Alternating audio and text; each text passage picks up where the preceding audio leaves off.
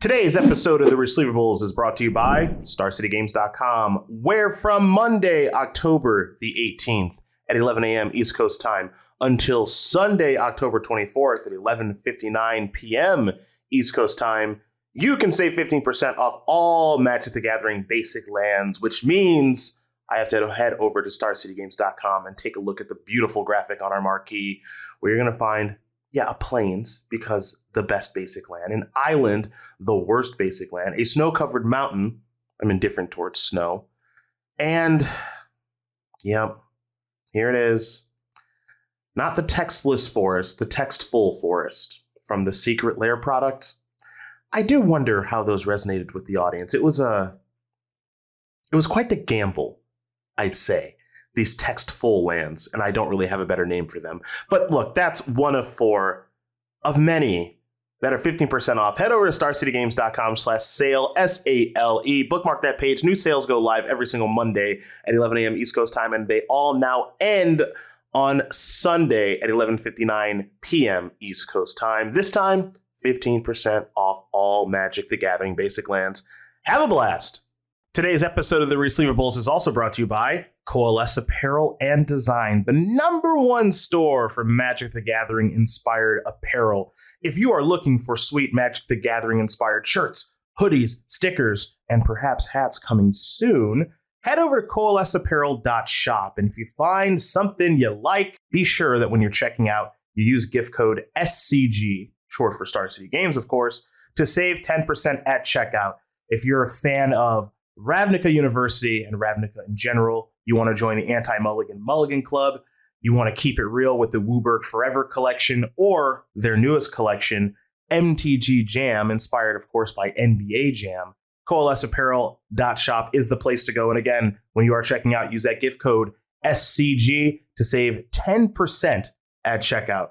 Coalesce Apparel and Design, no one made what we wanted, so we made it ourselves. What's up, gamers? Ryan Overturf here to remind you to check out the 540, Star City Games' very own Cube podcast, where every week myself and Justin Parnell will be tackling topics regarding all things Cube Draft. We're talking set reviews, digital Cube retrospectives, archetype breakdowns, tons of tips on both how to design your own cube as well as play other people's cubes, with plenty of nonsense interspersed. If you're into Cube Draft, we would love it if you gave us a listen, and if you're not, maybe we can fix that. Check out the 540 every week right here on StarCityGames.com and wherever you find your podcasts.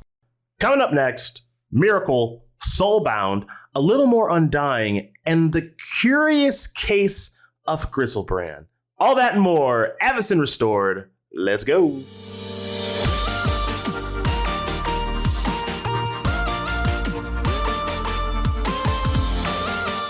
All right, everybody. Welcome back to the Resleevables podcast, hosted by the wonderful people over at StarCityGames.com. I'm your host, Cedric Phillips, at Cedric A. Phillips on.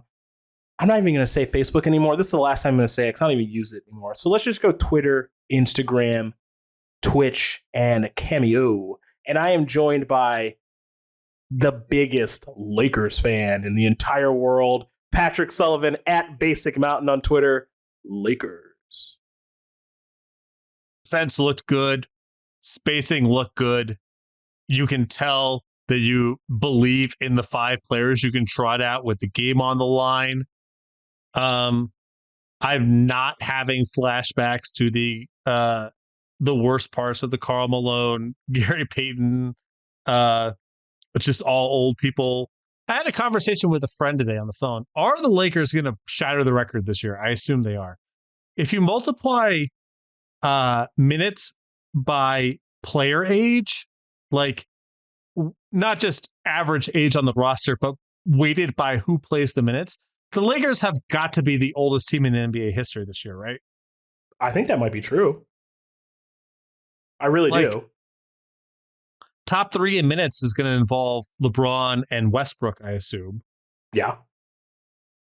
The bench is everyone's at least 39 years old. Yeah, it's not good. The bench is, and they all play. It's not like they're just at the end of the bench. They're, Melo, Rondo, Dwight Howard, DeAndre Jordan. Ooh. I looked up. You know that DJ made an All NBA first team. First? No, are you First serious? team, 2016. Like the number one first? Yeah. That is some unbelievable work by Doc Rivers. You have got to be kidding me. Well, it was sort of like pre-Embiid, Jokic, and post-Howard, right? So there was just no centers to pick. I guess. Was Marc Gasol injured? I don't know. But DeAndre Jordan, I say this as, a Clippers fan, and in particular, I have a lot of love for the Lob City era.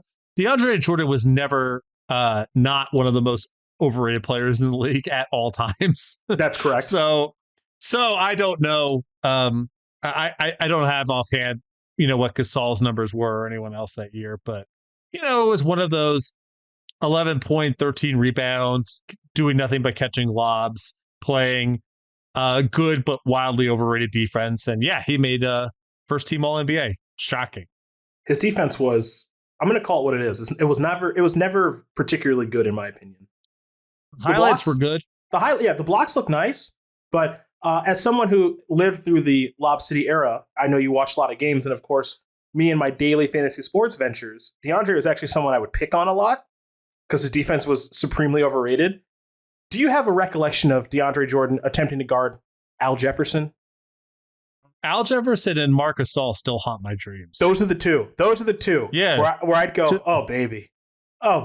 Yeah. We're going to put him down in the hurt locker. Because he was never, what those two players have in common is they're just extremely wide. And DJ is just like, he's active. He's a good kind of help defender and just sort of rotator because he's so fast and long, but you could put him down on the block with some of those strong dudes, and he just didn't have a lot to answer those guys with. No, it was embarrassing. I can see the highlights right now of Jefferson, post up, clear out, face up, ball in his right hand. By the way, they talked about Al Jefferson on the most recent episode of The Low Post where he interviewed Kemba Walker. And he was basically it came up that Al Jefferson only uses his right hand. And Al Jefferson's explanation was, no one can stop the right, but I need to learn how to use the left. Which is true. Hell yeah. Yeah, which is true with regards to Big Al. And I can just see it right now in the post, kind of on the elbow, turn around, face up, rest of Charlotte clears out because they just know that DeAndre is about to get destroyed. And that's up fake, palming the ball with his right hand, up fake. Yes. DeAndre finally bites, up and under, easy two. And it's just, I could literally do this all day. Yeah, the Al sort of, I can see that too. The sort of like catch the ball back to the basket, face up, ball back and palmed. And there's not like a jab step leading into him. He's sort of like shifting around with his body a little bit. Mm-hmm. And then it's just it's somehow simultaneously in slow motion and too fast to cover. Of just these like ball fakes, up and under moves, shoulder, like little shoulder shakes, the whole repertoire. Yeah, it all. That actually kind of makes me sad about the sort of the evolution of NBA analytics. Is like there would just not be a place for Al Jefferson in the league anymore. No, he got ran out of the league quickly when he went to Indiana. He was gone. It was over. Well, he was already he was like 34 or whatever. Like he was already kind of aging. But nowadays you couldn't. There's no way that you would pay that guy, mid-level salary or whatever with his skill set. No. His skill set is just out of the NBA. It's just not a thing. And it's a shame because I used to love watching him just put up 25 and 12 nightly for a bad Minnesota team or a bad Charlotte team or a pretty good Utah team, actually. But if you listeners can't tell, tonight was the first night of basketball season, and I'm not going to speak for Patrick, but I am revved up. I am in heaven. We have football Thursdays, Sundays, and Mondays. We have playoff baseball for a couple of more weeks. I'll call it a month. And now we've just got basketball every day. It's just a sports fan and sports bettor's dream right now. I think that all the Thursday night games are terrible, but this Thursday night is going to be especially terrible. Yeah, this is going to be the worst. Oof. This might be the worst Thursday night game of all time. My Browns right now are severely injured, and I really don't want to turn on the game, but I'm definitely going to. So confirmed out is Chubb, Hunt, and Landry, right? Pretty sure, yes.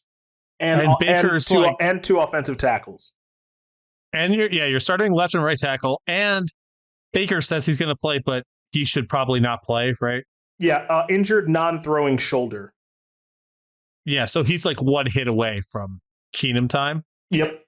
Yeah. Squaring off against Teddy Bridgewater. What a rancid game. Yeah, and Von Miller came out and said, "I don't care who the tackle is, I'm going to try to kill him." That's cool. That's cool. That's a direct quote. I'm going to try to kill them. Cool. Von Miller, very popular in Denver. Yeah. I went to the Target the other day to get some clothes for the kids or whatever, and they have a section for kids' jerseys and stuff. Okay. And it's the first time I've ever seen a section like this for, it's all Broncos stuff. It's in Denver.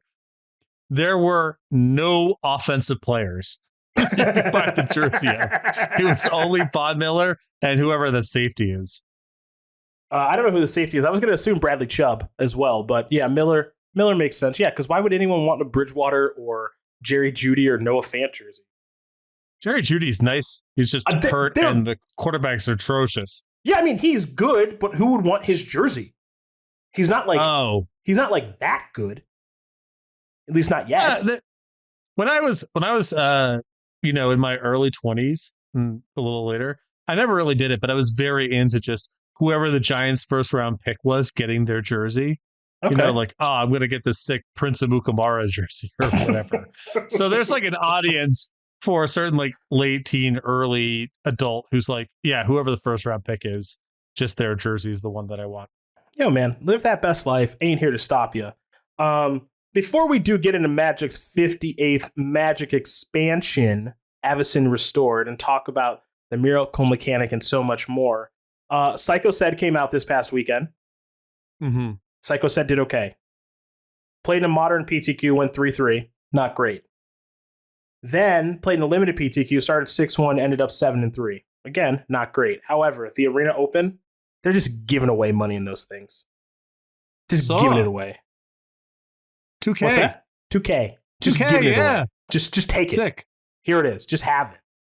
So I was able to string together 4 wins on day 1 with Mono Green in best of 3 into 7 wins on day number 2. Tried to throw a match against Sam Rolfe, a.k.a. Phil Hellmuth, on Magic Online. But, kept it together well enough. I had a turn. You'll like this. I had a turn where, pretty complicated turn, and Arena has the rope. So you can't just sit there for 5 minutes and figure out what to do. You get about 90 seconds, it feels like. Honestly, it feels shorter than that. Had a turn where I Blizzard brawled with my Kazandu Mammoth to kill one of his creatures, and then I fired at my Chariot, and I was about to attack as though the Chariot was indestructible because of Blizzard Brawl, but you see, that's not what I did. So so the day before in the limited PTQ, I did a thing in my main phase, and then I was like, shit, I should have done that in my second main phase. I shouldn't attack. And I was just like, I'll attack anyway. How bad can it go? With a 2/2 flyer, and they just played a 5-mana 3/3 flash flyer and ate my creature. I'm like, right, that's how bad it can go. I just shouldn't have attacked, right? So, but I was like, I'm not going to correct my mistake and play a thing main phase and then not attack. I'm still going to attack because that's what my plan was. And my opponent's just like, yeah, eat that. Now you lose. Right. Okay. So when this happened with the Blizzard Brawl and the Kazandu Mammoth and fired the Chariot, I sat there for a minute and I'm like, don't do what you did yesterday. Just say go. Just don't be too proud. And I'm just like, fire up the Chariot. Your turn. And it's like, what are you doing, man? What are you doing? And I'm like, I'm not going to compound the mistake. I refuse to compound the mistake. And I ended up winning that game. It was game 3 against Sam Rolfe, and then winning the next match for the 2K. So, long story short, they're just giving away $2,000 if you want it. So what you should have done instead was to fire up the Chariot and Blizzard Brawl that, or that would have been one of the better things I could do. The turn was we were in a mono green mirror. Things were getting complicated because there's a ton of creatures in the battlefield, and Blizzard Brawl is the best thing. And he was also stuck on 4 lands and 5, and he had 4 lands and a Sculptor of Winter, which is untap target snow permanent, 2 mana 2/2. So if he ever draws like a 5 mana card like Unchecked Growth or Ren and 7, I'm pretty screwed.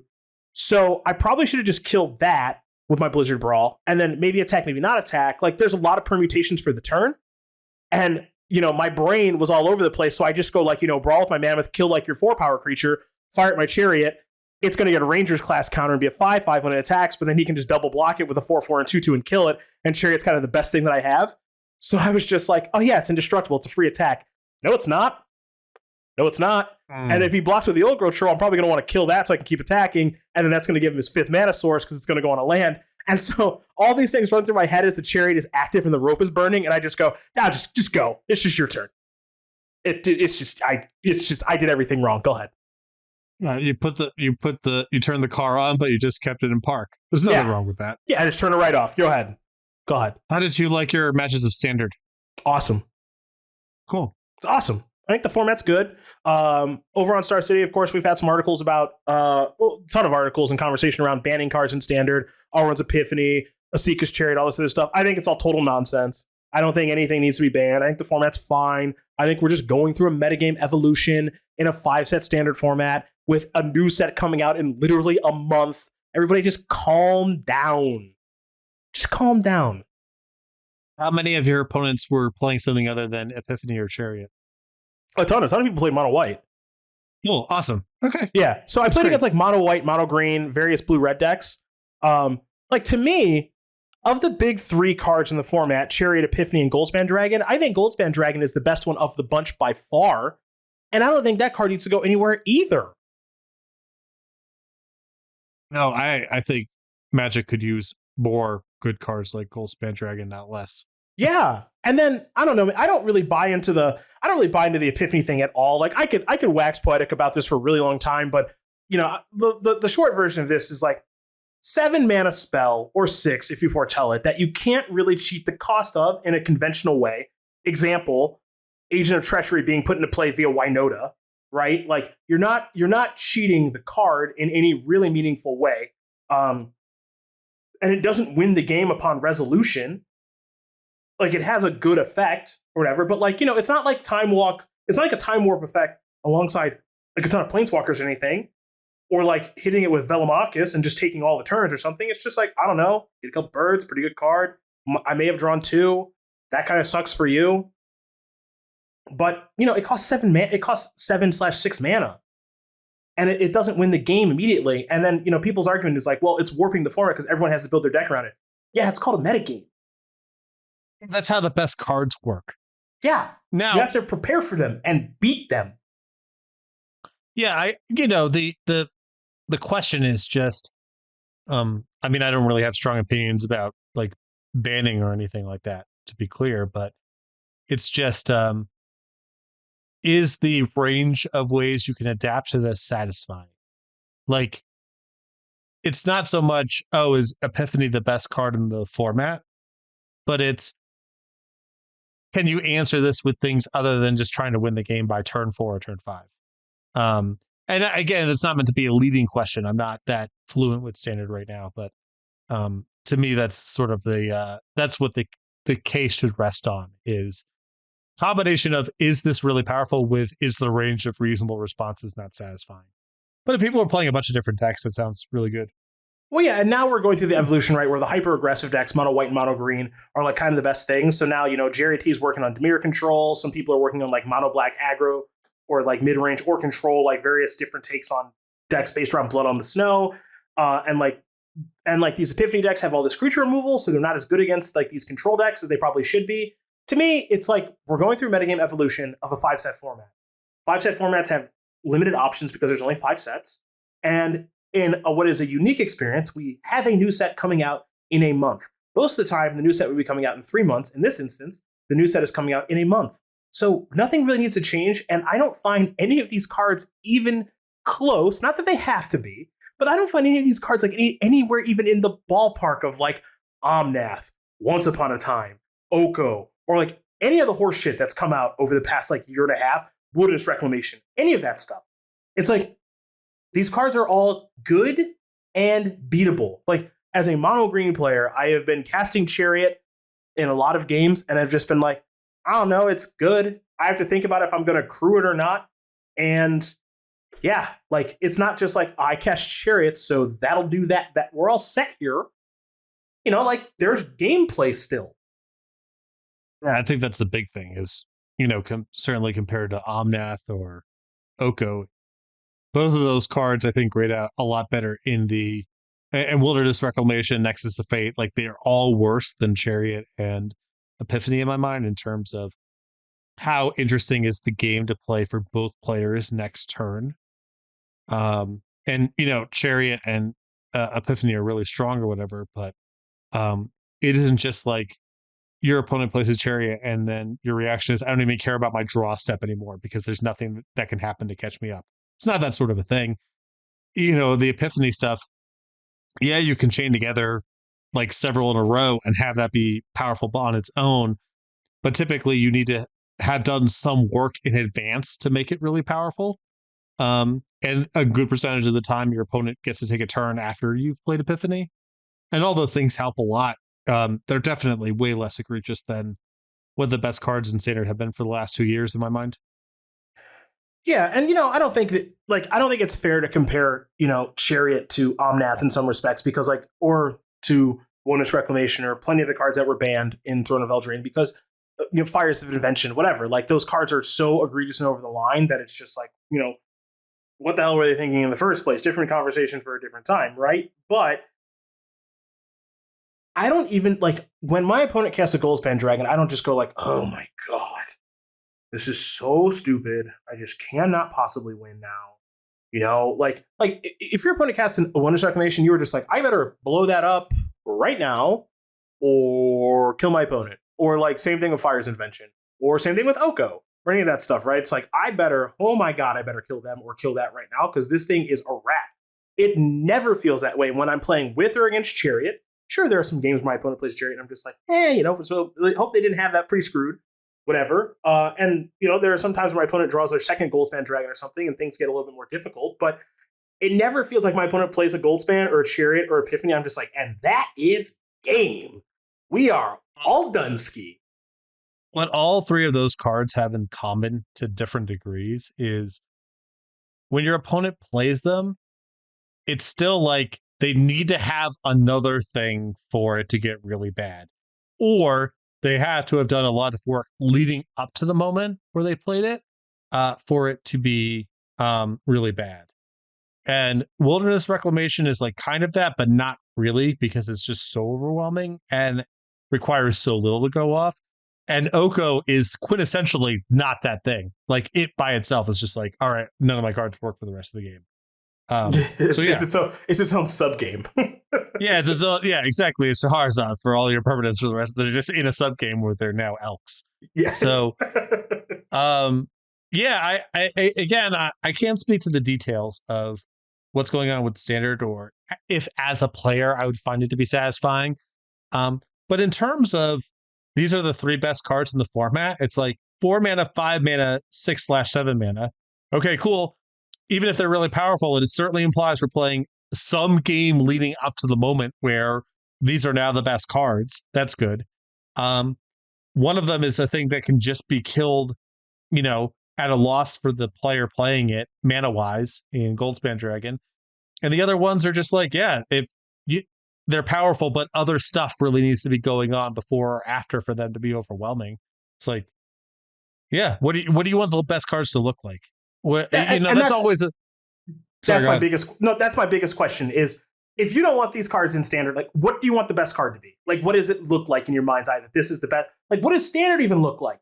Because right now Standard is like all creatures, right? Like there's no like, well, that's that, you know, I'm spellless control and you can't win and I'll play Teferi and win the game that way. Like I don't understand what people want Standard to look like if they're like these cards have got to go. It's tough. I mean, you know, these are the type of cards that have typically not been what Standard formats are balanced around. And I think to Magic's detriment, like so often it's just either 1 mana cards or things that just sort of arbitrarily win the game if you've gotten to play them on a stable board. And it's like, These cards are not that at all.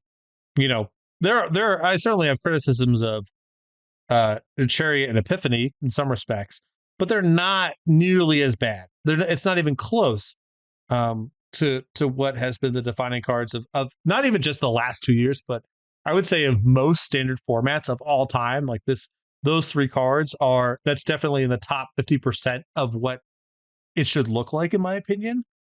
And yeah, what do you want it to be? Like, that's always got to be the question to me, is like, what if not this, then what? Like, the powerful cards are going to be powerful some amount of the time. That's what makes them powerful. That's part of it, you know? Even if you know about them and you're prepared for them, it's not like you get to win every time against them. I understand that can be frustrating, but what are the characteristics of what the best card should be, if not things like this? I don't really know. Neither do I, man. Neither do I. All right, let's get into it.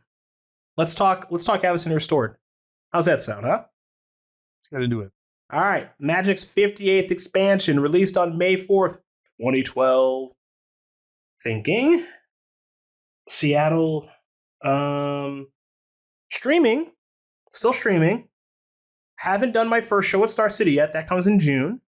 And didn't play much of, well, I think I may have played with more of this set than I realized. Yeah, I did. Okay, so I didn't play much limited in this set, but I did play a decent amount of constructed with this set. Right. I actually played a fair amount of constructed with this set because I'm a big Bonfire of the Damned guy. And I was making a lot of stream moments of miracling Bonfire and losing my shit on stream during this time. So, okay, that's just one reason I remember Avacyn Restored fondly. So there we go. Okay, and I remember what I was doing during that time in my life. Still floundering, living with my friends in a spare bedroom, paying $400 for rent a month, which is just, I can only imagine doing that now. Living in Seattle, that's just the dream. And yeah, just getting my feet pretty set in the streaming world and environment, and miracling Bonfire of the Damned. Any recollection for you? May 2012. Let me think on that. So May 2012, I'm 30 years old still. And the big 3-0. Yeah, 30. Yeah, just into the shit. Just so it's such a grimy time for me. You know, I'm down in Oceanside, California, working with Stoneblaze Entertainment. We're probably around this time, I would guess we're in the middle of either starting or in the middle of or wrapping up the Kickstarter to fund Soulforge, working on Ascension. You know, I guess playing a fair bit of Magic as far as it goes, but yeah, just Oceanside's a seedy town, and I enjoyed it, and I enjoyed it with the right people. Ocean's 11 Casino, the Pirate Bar on Tremont, I think. Other places that are not reputable, whatever. I was at all of them. Good, man. I'm glad you got to live your best life in your 30s in Oceanside, a place I've never been to. I am like dying to go to San Diego again because I feel like I've just never really properly explored any aspect of it. Tacos. I've been to the zoo before, but like I don't really have a good feel for what like San Diego and the surrounding suburbs have to offer. All right, Oceanside's fucking awesome. I love it there. So, sort of the geography, I guess, is so San Diego's, very far south on the border, very close to the border with Mexico, right by the Pacific Ocean. If you drive north from the airport or downtown or whatever, in about 45 minutes, you hit Camp Pendleton, which is a huge Marine base. Okay. Once you're past Camp Pendleton, you hit Orange County. So the area that's sort of like 20 minutes north or so of San Diego, but south of Camp Pendleton, is referred to as North County, San Diego. That's where Upper Deck is or was. So when I moved to California, that's where I lived. And Oceanside is eventually where I ended up for a couple of years as well. And it's so awesome. Highly recommend going out to that area. And Oceanside in particular was kind of like, it's probably not this way anymore, but at the time was sort of the last area on the water to not get fully gentrified. I think partly because the Marine base was nearby, and partly because places like Carlsbad and Escondido just had, or sorry, not Escondido, Encinitas just had more money around. But as far as San Diego goes, as far as Pacific Ocean, perfect weather, whatever, it was pretty affordable when I was there. And just a lot of the stuff you're talking about, these like incredible $5 burritos. And, you just get you can go to Johnny Manana's and get a bucket of Coronas and some tacos for $30 and just sit there for a whole afternoon, like whatever. It's like kind of magical. It's that spot sometimes. Yeah, I really want to. I really, really, really want to go back. And I know that when we were doing SC Tour coverage, there was one open in San Diego. I don't know if I did it with you. I don't feel like I did. No, we walked through Petco. You're right. We did do it together. Yeah. You're right. Okay. And I remember like the hotel we stayed in was like pretty swank, all things considered. And I'm not implying that SCG, they don't put us in good places or anything like that, because we don't need much. A little Red Roof Inn, Drury. Here's looking at you, Columbus. Just need a pretty good bed. Breakfast would be preferred. Not asking a ton, but like this was like a pretty dope spot that we stayed in. And I was like, man, San Diego, they just do it different. And man, Petco just being right downtown that you can just walk through. It's just not even a real place. You know what city I miss the most for hotels of all the places we went to? Ooh, can I guess? Yeah. Okay. Okay, so if you're saying that, the answer cannot be Columbus, correct? No, it's not Columbus. Okay, I just wanted to check. Okay. All right. City you miss the most for hotels. Mm-hmm. Okay. Well, let's do the rundown here. I can't imagine you miss Atlanta. No, this is sort of a fringier city. Not one that was in the regular rotation for us, but we did go there a few times. Okay. So for whatever reason, I want to say St. Louis. No, is it Oakland? The answer is Miami, because we stayed at multiple different places. We stayed at multiple different places in Miami, and every spot we went to, there were 3 things about the hotel that was like, this is unbelievable how nice this is. And there were 3 things that was like, how is this building up to code? Yeah. Like, do you remember the one hotel that didn't have like a shower? It was we were calling each other the Splash Brothers because there was just like a shower head and then a hole in the ground that the water drained out of. And just no doors, no curtains, no nothing. Yeah, that's like the modern. That's like a contemporary shower where it's just like there's no door and there's just water everywhere and it's just all over the floor and it drains eventually. Yeah. But also the hotel had, like this courtyard with like palm trees. Walking into your room, it's gorgeous. And, a 3rd floor pool that overlooked the city or whatever. And also just our floor was just covered in standing water because don't have a shower. I miss Miami because every time it was something different. It was the highs and lows were so pronounced that you could never guess what it was going to be. Miami, I don't miss. It's just a city that's just, I don't feel like it's for me. I mean, I hate Florida. And Miami is just Florida to the max. And I just don't really miss it. I mean, I loved hanging out with you there and like going to the Heat game and everything. But there was something about Miami. I'm just like, you know what? There's a lot of cities that are for me. And this ain't one of them. I don't know. I hate Florida too, but I'm also kind of a fucking creep. And Miami is Miami is really accommodating if you're that kind of person. And also, in terms of like, dressing in tracksuits and shit and not feeling out of place, Miami also grades out really well. That's a very tracksuit friendly environment. That part is definitely true. It's just, I don't know. I just don't feel like I belong in that city at all. I very much feel like I belong here. Ohio feels safe. Any place in the Midwest feels totally fine to me. But yeah, I'm just, apparently my trainer at the gym, He went to Montana this weekend. And he was like, you would love it. It's just people just living their life, just being left alone, ton of space. It's beautiful out there. I'm like, absolutely. And he's like, it is becoming gentrified a little bit or a lot of it. And I'm like, that's not great. But he's like, it's just peaceful and just people just doing their thing and leaving each other alone. And it's not that expensive. I'm like, yeah, that's what I'm looking for. So there's too much going on in Miami for me. I got a cousin who, same high school as me, same graduating class. So we like lived near each other when we were kids. He lives in Montana now and he works in construction.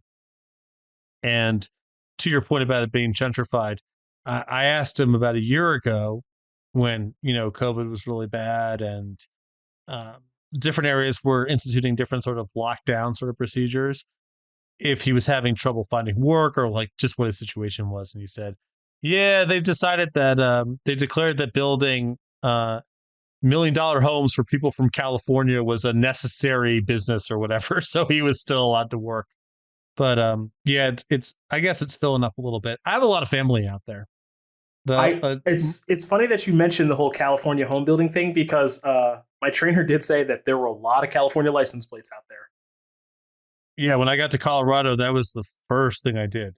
Was get my registration in check so I could get those California plates off. Yeah. So maybe it's not popular. We might be to the point now where like Miami is being taken over by the California money. And so maybe you got to find the next state where there's no one. Like, what does Wyoming look like? Oh, I not great. I mean, whatever. It's pretty close to where I live. I've never been. I've never been before. I've never had a reason to go. Yeah, I'm holding out hope for that Rutgers Wyoming game when I could justify the trip to Laramie to see what's going on. Like I'm looking at a U.S. map right now, and it's like, is Wyoming a good place to be left alone? How about Utah? What do we think about New Mexico? No, you would love New Mexico. You would love New Mexico. Yeah, that's like Santa Fe is like a family vacation spot for us. We go out there. We try to go out there like once a year. Because there's nothing I love more, and this is a weird thing for me because like I know a lot of people see me as this boisterous, hyperbolic, over the top person, which I am in some aspects of my life, and others I'm not. But I would basically describe myself as like an extroverted introvert, which is there's nothing I love more than just being left the fuck alone. Like I just love it. I just want to like I've only left my apartment today to go to the gym. Other than that, I've been in my office all day, baseball on one monitor, basketball on another monitor, editing articles for Star City on the center monitor, and like the occasional arena game. And it's like, this is just what I need. Now, the fact that I'm in an apartment and, sharing walls with people and everything, and I don't really dislike apartments, but it's like, just a little more space would be great. A little more quiet would be great. A little more being left alone would be great. So yeah, I'm looking for places where it's just like, yeah, man, this is lost space. Just people just doing their thing. Don't hate people, but I just, I don't want to live in like New York City. Or like Los Angeles. Yeah, so not. I think that I think Santa Fe would be right up your alley because there's enough people there. Like it's a real, town of whatever, 90,000, 100,000 people. It's not inconvenient. There's plenty of, grocery stores and all the normal conveniences or whatever, but there's also just a ton of space and very easy to be left alone if that's the thing that you want to do. So I would give it a visit. Highly recommended. Love it as a vacation spot for me and the family too. So one thing that I've been thinking about doing for the past like year, get your feel for this before we go over the number of cards in this set. So like I don't really know what the future of coverage looks like for like tabletop events, right? It's unclear because of the pandemic and Wizards is working on things and Star City is working on things. And it's like, yeah, I'm not playing my hand here. It's just like nobody really knows, right? When tabletop events of large size with coverage are going to come back, assuming they are at all. I was like, I've always wanted to live in Hawaii for a year. Okay. 1 year.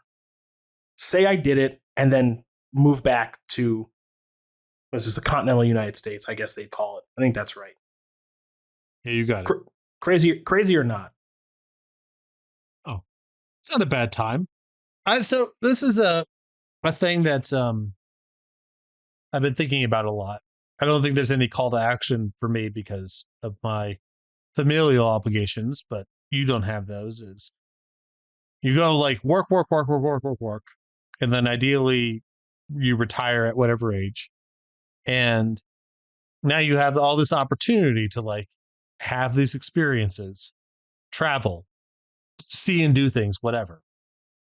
But you're often at an age where it's just harder to enjoy a lot of those things the same way. Or some of the social things that go along with it are awkward. Or being on an airplane for 12 hours sucks, or whatever the thing is. So it is kind of nice to the extent that you can, to try to sprinkle in some of those experiences when you're at an age to really enjoy all of it and not just parts of it.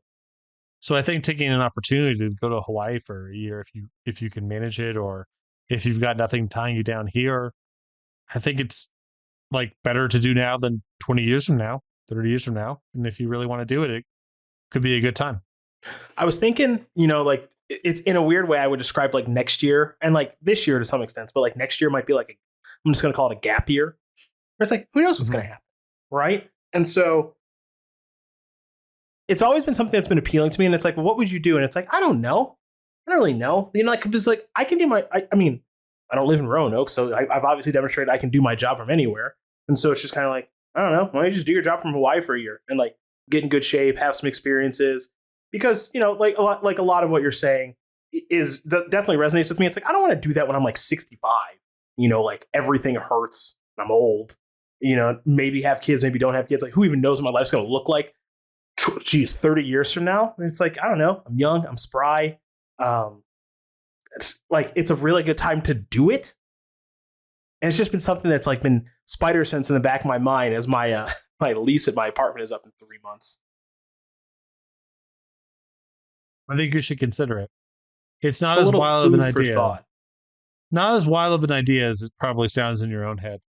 It does sound wild, right? It does sound wild, and it's also not, it's not like, oh yeah, you're gonna get like some super swanky place out there. It's like, nah, just, I don't know, just some like 1-bedroom apartment that hopefully doesn't cost that much, and get a car, and then that's good enough. I don't need a lot to live. I basically need a computer and internet connection and a bed and a couch, and I'm mostly good. I don't even need a television. So it's like, I'm mostly good then.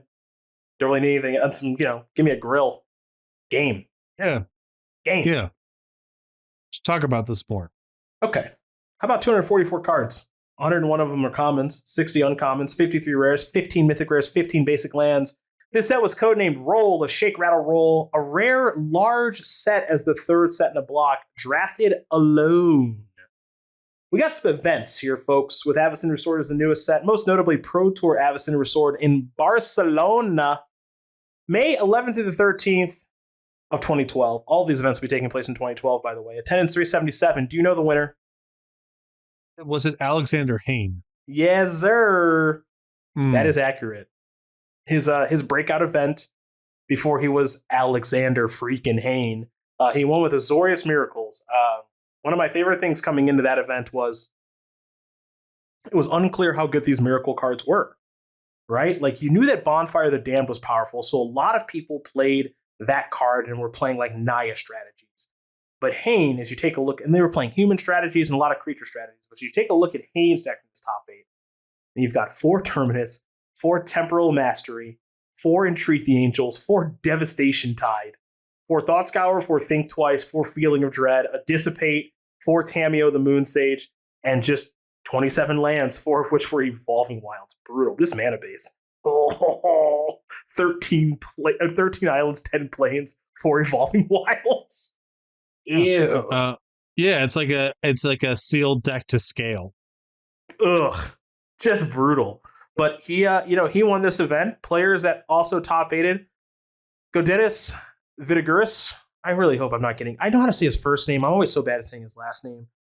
Josh Cho, Ken Yukihiro, and, that John Finkel guy. Because of course he did. But this was a kind of a wild tournament in a wild format. And, block constructed, man. Block constructed. We don't hear that term anymore at all. There's people who are listening to this podcast that don't even know what block constructed is. Can you believe that?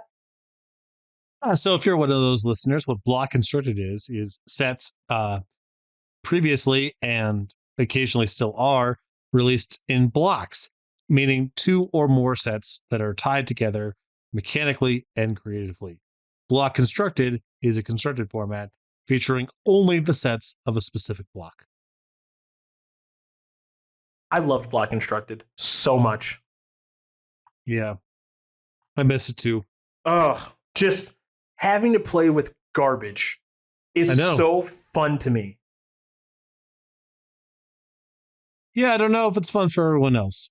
It never seemed relatively popular, and I'm sure that's part of the reason it got mothballed. But I do appreciate trying to dig deep for cyborg cards or things with fringe applications or whatever.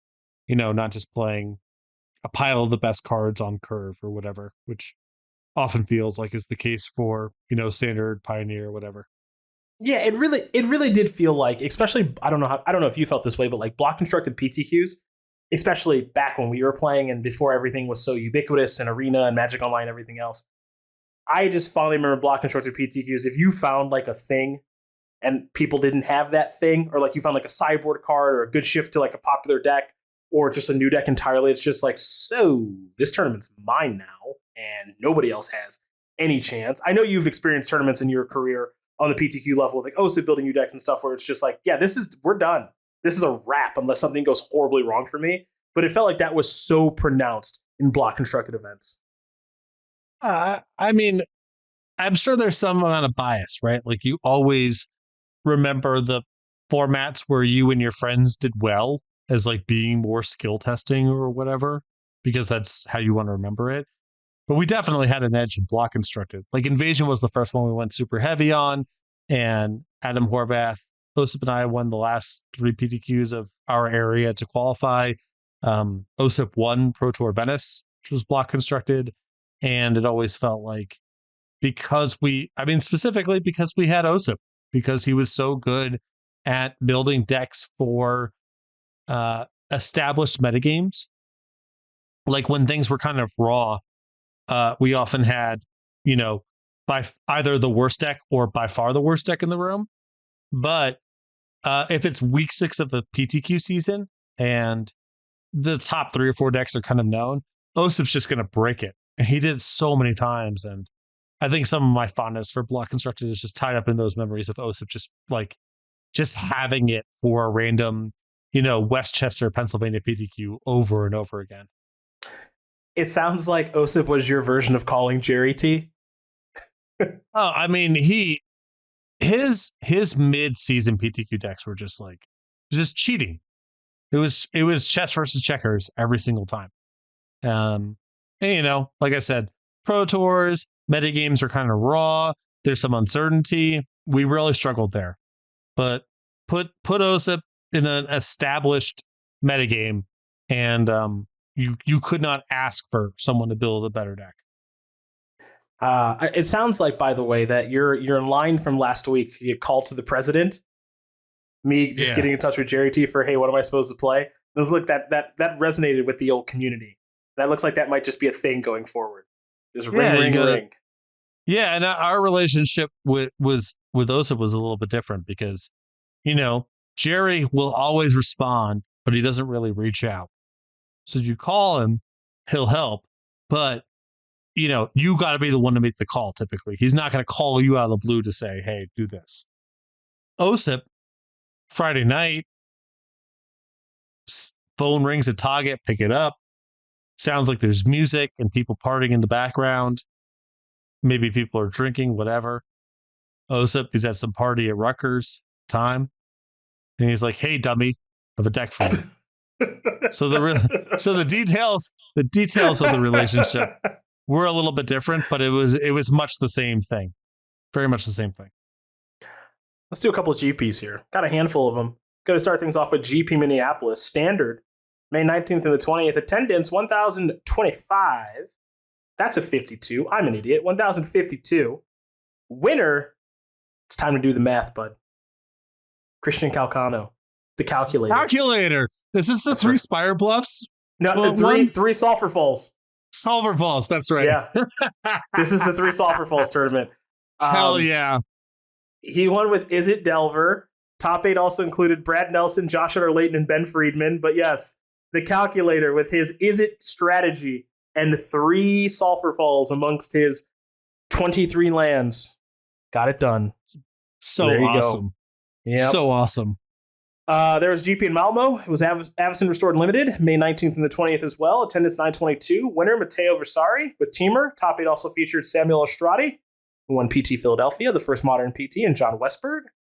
Next up is Anaheim. Little block constructed action there. May 26th and the 27th. Attendance 938. Winner, haven't said this name in a while, Mark Lalague with a Gruul mid-range. Right?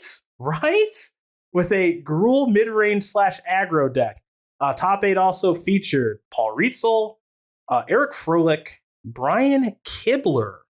I'll also give a shout out to John Sittner as well. So that covers that event. We're going to go to Manila next. Standard, June 16th and the 17th. Attendance, 1,108. Winner, Yuya Watanabe. Oh, yeah. I told you he'd come up a lot. Mm-hmm. Also at the top. Go ahead. Seemingly impossible to defeat at the time. Yeah. Someone else's name who's going to come up a lot during this era, who's also seemingly impossible to defeat, but for different reasons. Art Yuza into the top 8, because boy, does he never lose. I'm checking to see if there's anybody else's name who I know here, and there is not. So next up is GP Yokohama Modern, June 23rd and the 24th. Attendance, 1,523 players. I'm just gonna let it rip. Unichi, Miyajima. That feels good. Orzhov tokens. Really? There's that feels good. It's a really great response. Thanks a lot. That's one of those. I think I'm wrong. I think I'm right, but if I'm wrong, I don't want to be right. Yeah. I feel like I was pretty close, doing the best I can here. Really, there's no other. Yeah, okay. Not a stars at a top 8 here as far as names are concerned. So we move on to Vancouver. Avacyn Restored Limited, June 23rd and the 24th. Attendance, 849. Winner, David Stroud with Gruul. Gonna see who made the top 8 here. I know I didn't. Let's see. Any locals that I know? Brian Wong, who's a local, used to be on the Limited Resource podcast with Marshall. Super good Magic player. I got 460th place. I was not playing a ton of Magic at this time, and I remember my deck being truly abhorrent in what was it was a really bad limited format. So I'm going to move on to Atlanta. Legacy, June 30th, July 1st. Attendance 905. Winner, Godinez Vidaguris, again with Teamer Delver. Top 8 also featured Michael Majors, Daryl Ayers, Ben Stark, Sam Black, and apparently one Patrick Sullivan in a smooth 817th place. I believe I went 0-1 drop. Hell yeah. To a Grand Prix that I flew to. You just I lost one round and I was like, I'm not doing this. I'm not doing this for the rest of the day. So much respect, dude. I was playing blue-red like Goblin Guy Delver, like the Andrew Schneider shit. And lost round 1 to Affinity. And I was like, sucks. I'm not playing against who's ever in the 0-1 bracket. I'm not doing that. Was it maybe a little elitist? Perhaps. But I had a really nice weekend just hanging out and watching people play. Then you do that, man. You just do that. I got a bright-eyed, baby-faced, bushy-tailed Michael Majors here at age 21, making the top 8 of this event. It's great to see that smile. I lost you there. If you said something that you were expecting a response to, I don't have it. No, just admiring Michael Majors at age 21. Oh, yeah, of course. He's easy to admire. Yeah, bright-eyed, bushy-tailed, happy to be there. Much different Michael than I know now. Yeah, bottom hadn't fallen out yet. Yeah. All right, let's dive into some mechanics, shall we? Mm-hmm. Let's just wax poetic about Miracle. So for those of you not in the know, it'd be cool if I could find the cursor on my computer There we go. There we go. Miracle. You may cast this card for its miracle cost when you draw it if it's the first card you drew this turn. So, untap, upkeep, draw your card. If it's a miracle, you can pay the miracle cost. Now, it's very important that you do not add this card to your hand and then cast it, because that is a violation. So during this time, and you would not be able to cast your miracle card. During this time, it's very important that you drew your card a certain way if you had miracles in your deck, or if you wanted to bluff miracles perhaps, so that you would draw it, turn it over, it would not add it to your hand, so you could still cast it for its miracle cost. A little annoying as far as gameplay is concerned and technicality, but beyond that, these 11 cards, Bonfire of the Damned, Entreat the Angels, Temporal, Master It, Mythic Rare, Devastation Tide, Reforge the Soul, Revenge of the Hunted Terminus at Rare, Banishing Stroke, Blessing of Nature, Thunderous Wrath, Vanishment, and Uncommon. These cards rule. I think this mechanic rules, because what's more fun in the game of Magic than drawing a card? So when you say draw a card a certain way, do you mean like an orangutan? Just like very slowly grip it in your hand without your thumb involved, just like clutching it in your other four fingers, and then jutting out your lower lip if it's a miracle and dumping it on the table like you're an animal. Sure. All of that sounds correct. Right. So you do have to draw your card a certain way. I agree. Miracles, setting aside the physical logistics that can occasionally be annoying about, making sure the card doesn't enter your hand and all that. This mechanic is a masterpiece. Just so awesome. No, it's not the most popular among a certain segment of competitive players, but that's because your brain doesn't work right. And I'm happy to talk about that as much or as little as you want, but that's the thing that's going on here. How about you dive in and extrapolate that thought a little bit, please? So, not only for my humor, but to teach the listeners as well. Magic is already a game built around the notion that your draw step has variable value. And that's really important because being emotionally invested in your draw step is perhaps the most important part about Magic. It's part of the reason that decks that just lock you out but don't actually win the game are so miserable and things that the design should avoid. Because once the lock is in place, you are no longer invested in your draw step. The amount of time that it takes from the control deck to establish a stranglehold in the game to actually the mechanics of winning the game should not be that many turns, because playing games where your draw step does not matter is boring.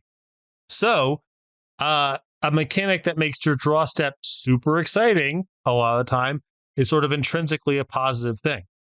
And it's not like you want to draw deal, even the most powerful ones. It's not like you just want to draw them all the time. It isn't a guarantee that it's like the best draw step for you at all times. And additionally, if you have a Grave Titan in your hand and 5 mana and you draw Swamp, you know what that is? It's a miracle. It's the best thing you could have drawn. That's the thing you want to draw. So we're not talking like the mechanic deviates from Magic's core conceit in some fundamental way. You were already top decking land number 6 or your Fireball or your Wrath of God for wins or losses all the time. Most of what is going on here is just presentation. It just presents a little bit differently. And that's why if you really enjoy Magic, but don't like this mechanic because of how random it feels, it's because your brain doesn't work. And it's not your fault. That's part of the reason to do miracles, is because it's tapping in to parts of your brain that do not work. They know this ahead of time, but that's the thing that's going on here. Your draw step already had a lot of volatility in how valuable it was. And depending on what the circumstances of the game is, drawing the right card could turn a loss into a win. That's why it's called top decking. That's already a notion that exists in the vernacular of Magic, independent of miracles. Miracles just happens to amplify, in terms of presentation, that feeling. To the extent that I have a criticism, too many of the most powerful ones are sweepers. I wish there was more variance in how the most powerful ones looked. Terminus Bonfire of the Damned and the other Upheaval. It's just like too much the same note being the best ones. That aside, I think the mechanic is really brilliant. Do you think it will ever come back? Oh, I don't know. That's a tough one.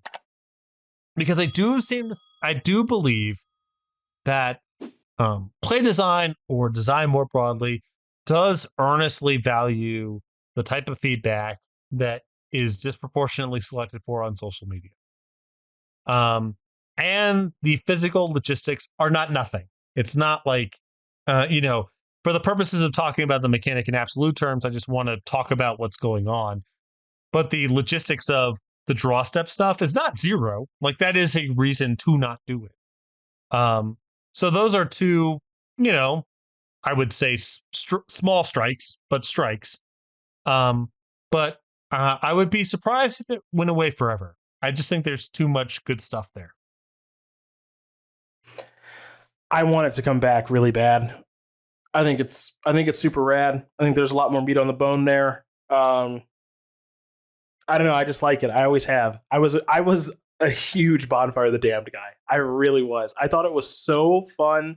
There were so many people that thought it was lame that it made me like it even more as I just would peel it and just ruin their entire game. And just, see ya. I just love it.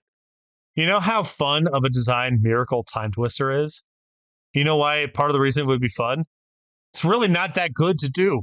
Because it's like, all right, I had to do it exactly. I mean, it's powerful to do it instant speed, potentially. But if you're just talking about the off the natural draw, it's like, do I even want to do this? Do I want to wait for a better spot? Whatever.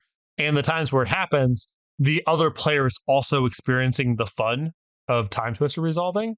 Like I said, I think, too much of the rate is in Time Walk and 3 sweepers. But yeah, the meat on the bone thing really rings true to me. I think there's a ton of untapped design space here. A ton. Let's dive into Soulbound. You may pair this creature with another unpaired creature. When either enters the battlefield, they remain paired for as long as you control both of them. Let me give you an example here as I go to the Avacyn Restored Scryfall page. Now, I could naturally give you a very easy example here with Silverblade Paladin, and that will be my example, but I just want to make sure I have the card in front of me so I can read it proper. All right, here we go. 1 dub, 2/2, Human Knight, Soulbound. As long as Silverblade Paladin is paired with another creature, both creatures have double strike. So, on turn 2, I play some 2-mana 2/2 Bozo. Turn 3, I play Silverblade Paladin. Soulbound triggers. I have the option of pairing it with this 2-mana 2/2 that I played on the previous turn. If I do, both Silverblade Paladin and the 2/2 Bozo have Soulbound. Let's say that they kill the 2/2 that has Soulbound. Then, if I play a new creature, I can Soulbound it with Silverblade Paladin. Or I can say, I don't want to do that because I have something better coming the following turn on turn number 5 or 6 or number 7, right? So, a little bit of gameplay here to Soulbound.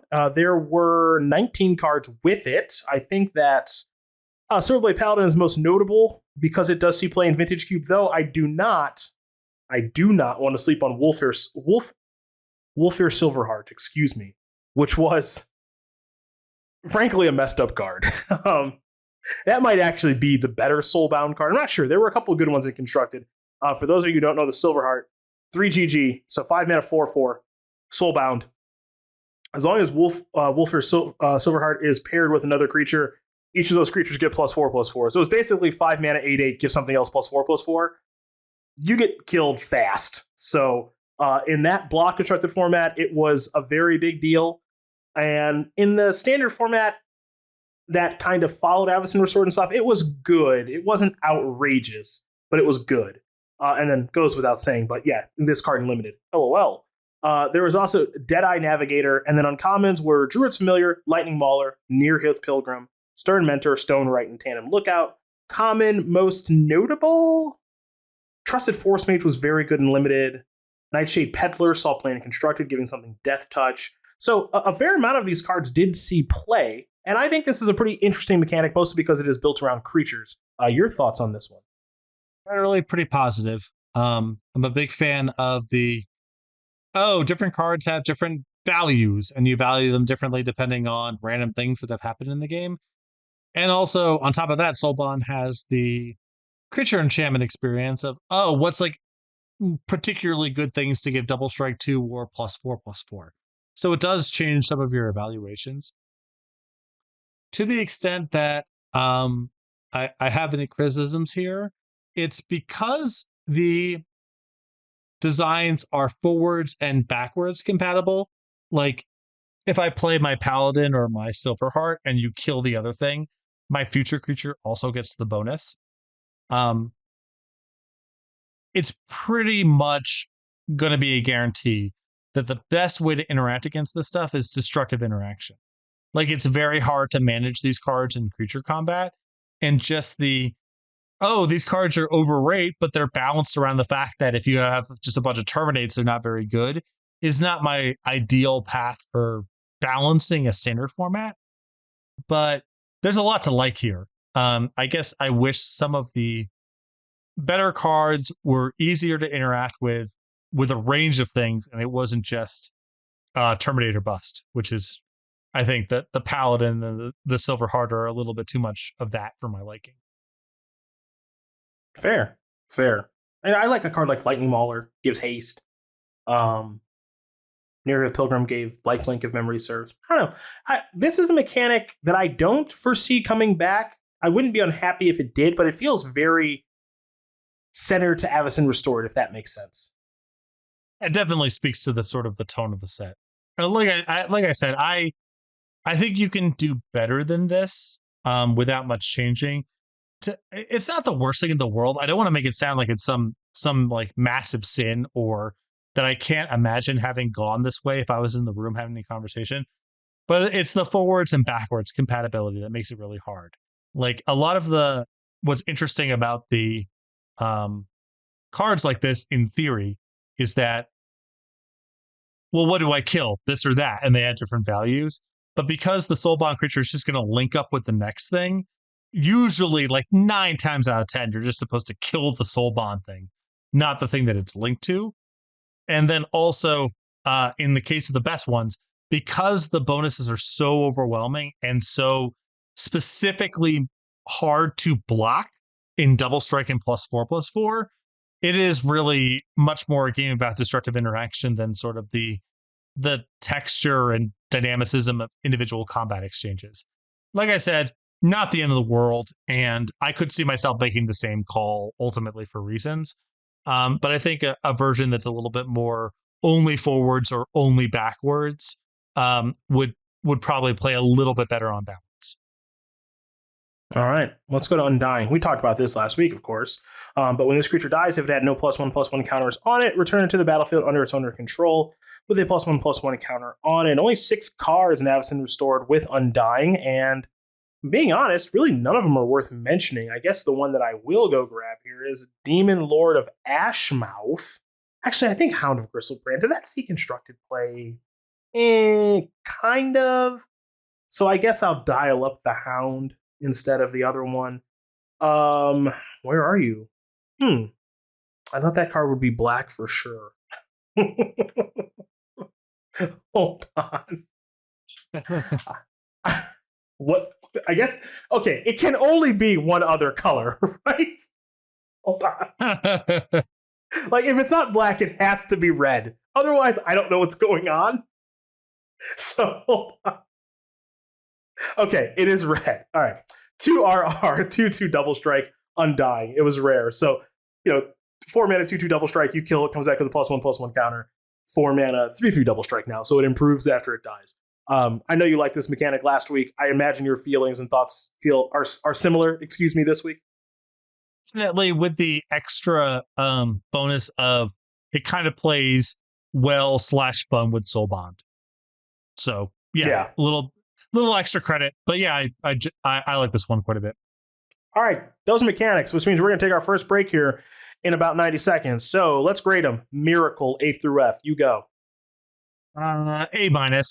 I don't want to completely hand wave some of the physical logistics, but like I mentioned before, I wish there was sort of a wider range of designs explored here, but the core conceit here is brilliant. Easy A. Wish there was a more clean way to draw your card. You know what? It would play great on Arena. So there. I assume. Soulbound. B. A lot of really great principles at work here, but I think there are a variety of adjacent executions that are slightly better. And last but not least, we've already gone over Undying. I think this was like a B for you last week. Give me an A.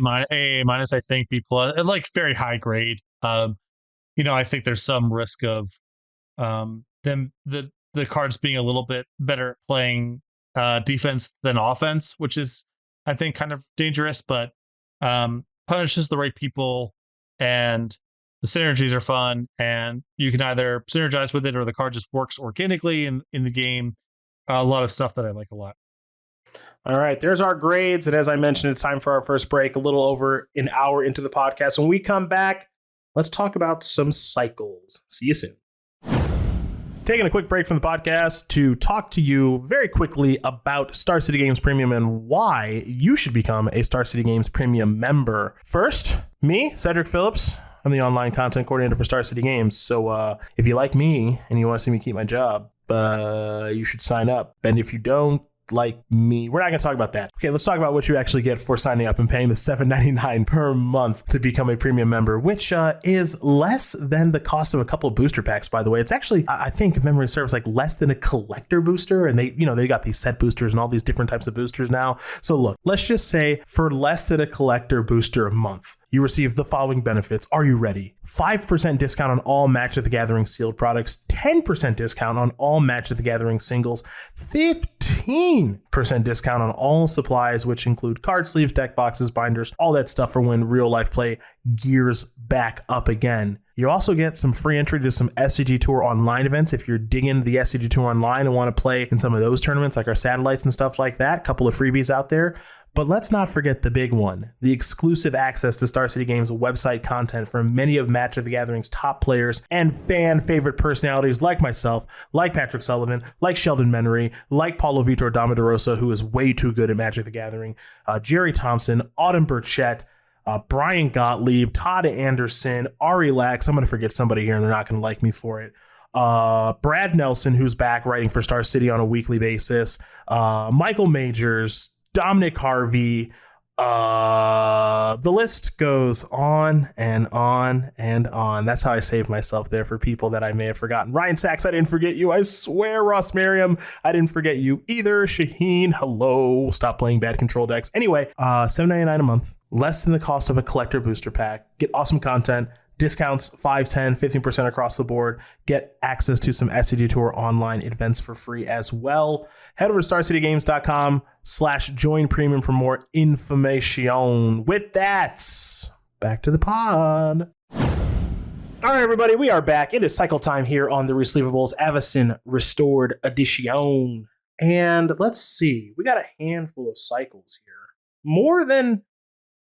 Actually, no, we don't have that many. I take it back. I jumped a page ahead, and that means we're going to be at the award show pretty quickly. This might be a pretty short episode, so let's get into it. The rare miracles. There was Terminus, 4 dub, miracle cost of single dub, sorcery. Naturally, if you reveal it as your draw step, even if it is a sorcery, you can still cast it, as many legacy players do know. All creatures go on the bottom of their of their deck. You can order it however you want to, if memory serves. Devastation Tide. Kane was playing 4 of these. This is that upheaval that you mentioned. I'm going to read this real quick. 3 UU sorcery. Return all non-land permanents to their owner's hands. Miracle cost was 1 and a blue. So you miracle this thing. Could be devastating. Reforge the Soul is the red one. This, where are you? This was Wheel of Fortune, I'm pretty sure.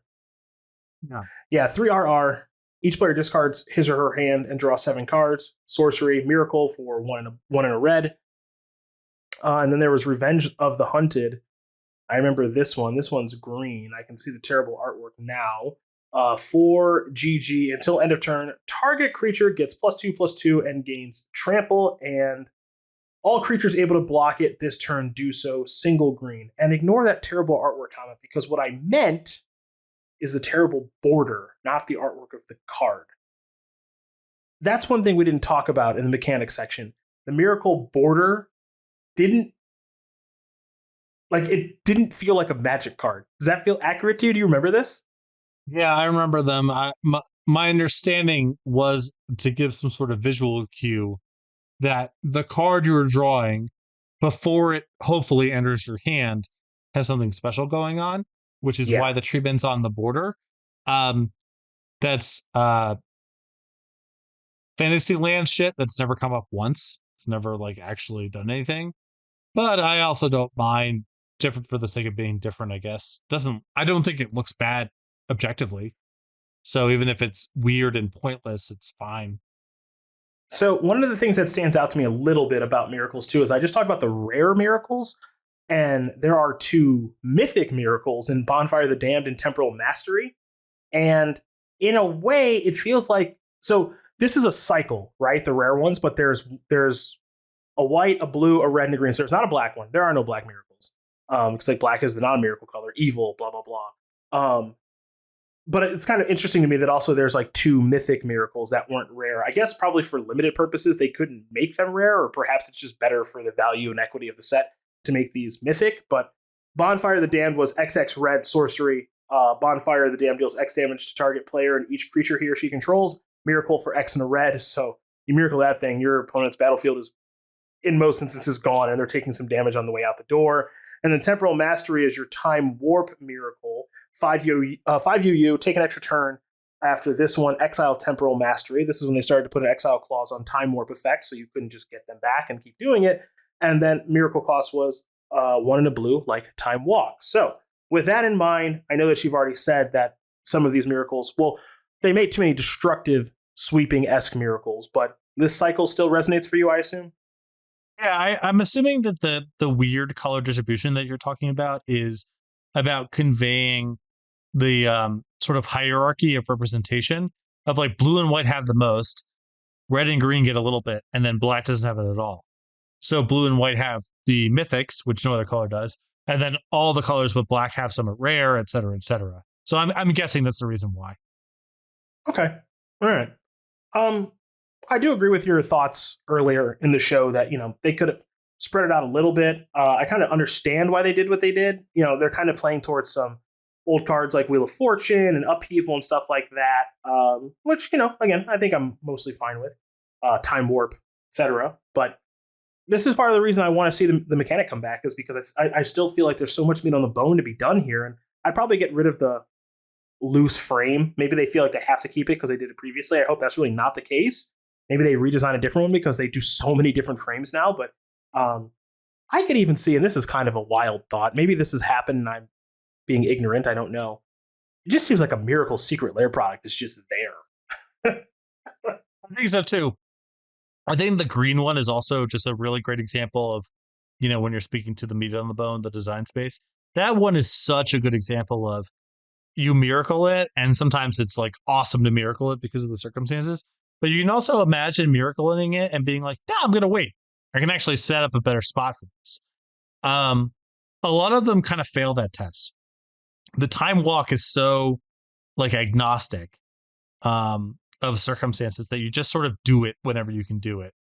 And then with Terminus and Bonfire and even the Upheaval, the gap in the cost between the miracle cost and the actual cost means that you can't really pass up the opportunity to miracle them.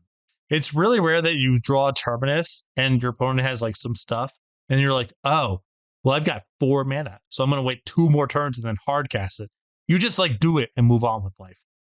So more designs like the green one. I think Wheel of Fortune's another pretty good example where you might actually wait depending on what's going on to set up a better spot. There's so much design space there that's essentially completely untapped.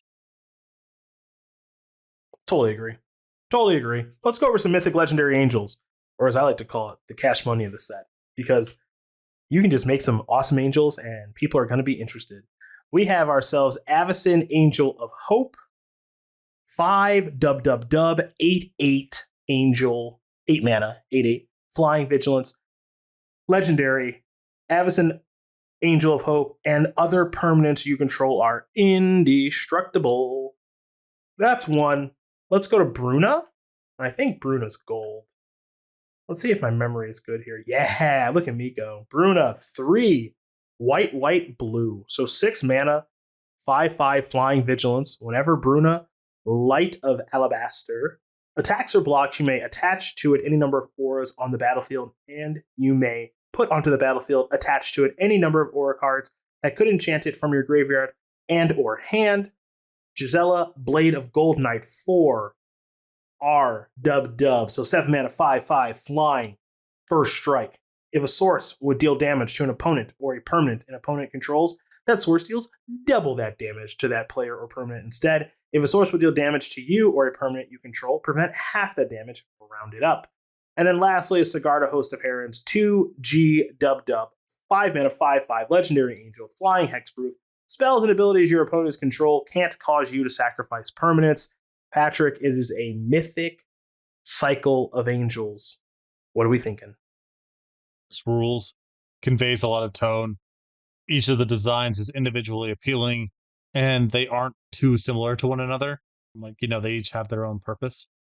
Yeah, and I'm assuming they're all pretty valuable on the secondary market because they're appealing designs and they're angels. This is great stuff. I got nothing else. I just agree with you. Simple, cool, good flavor. Moving on. Green Soulbound Vertical Cycle. Look at Nick Miller. Shout out to Nick for the notes as always. Good category heading. Wolfir Silverheart was number 1. I mentioned that one already. 3 GG, 5 mana, 4/4, Soulbound. When it's paired up with something, Silverheart and the creatures paired up with get +4/+4. There was Druid's Familiar. This one was outrageously good and limited. Uncommon, 3 and a G, so 4 mana, 2/2, Soulbound. ETB, obviously the Soulbound trigger. Anything, it and what you're paired with get +2/+2. So it's basically 4 mana, 4/4, and probably make something else a 4/4. So this thing was a real pain in the ass. I remember it being one of the best, if not the best uncommon in the set. And then Trusted Forest Mage is the smallest version of this, and it was also very good. 2 and a green, 2/2, Human Shaman, Soulbound. As long as Trusted Forest Mage is paired with another creature, each of those creatures get +1/+1.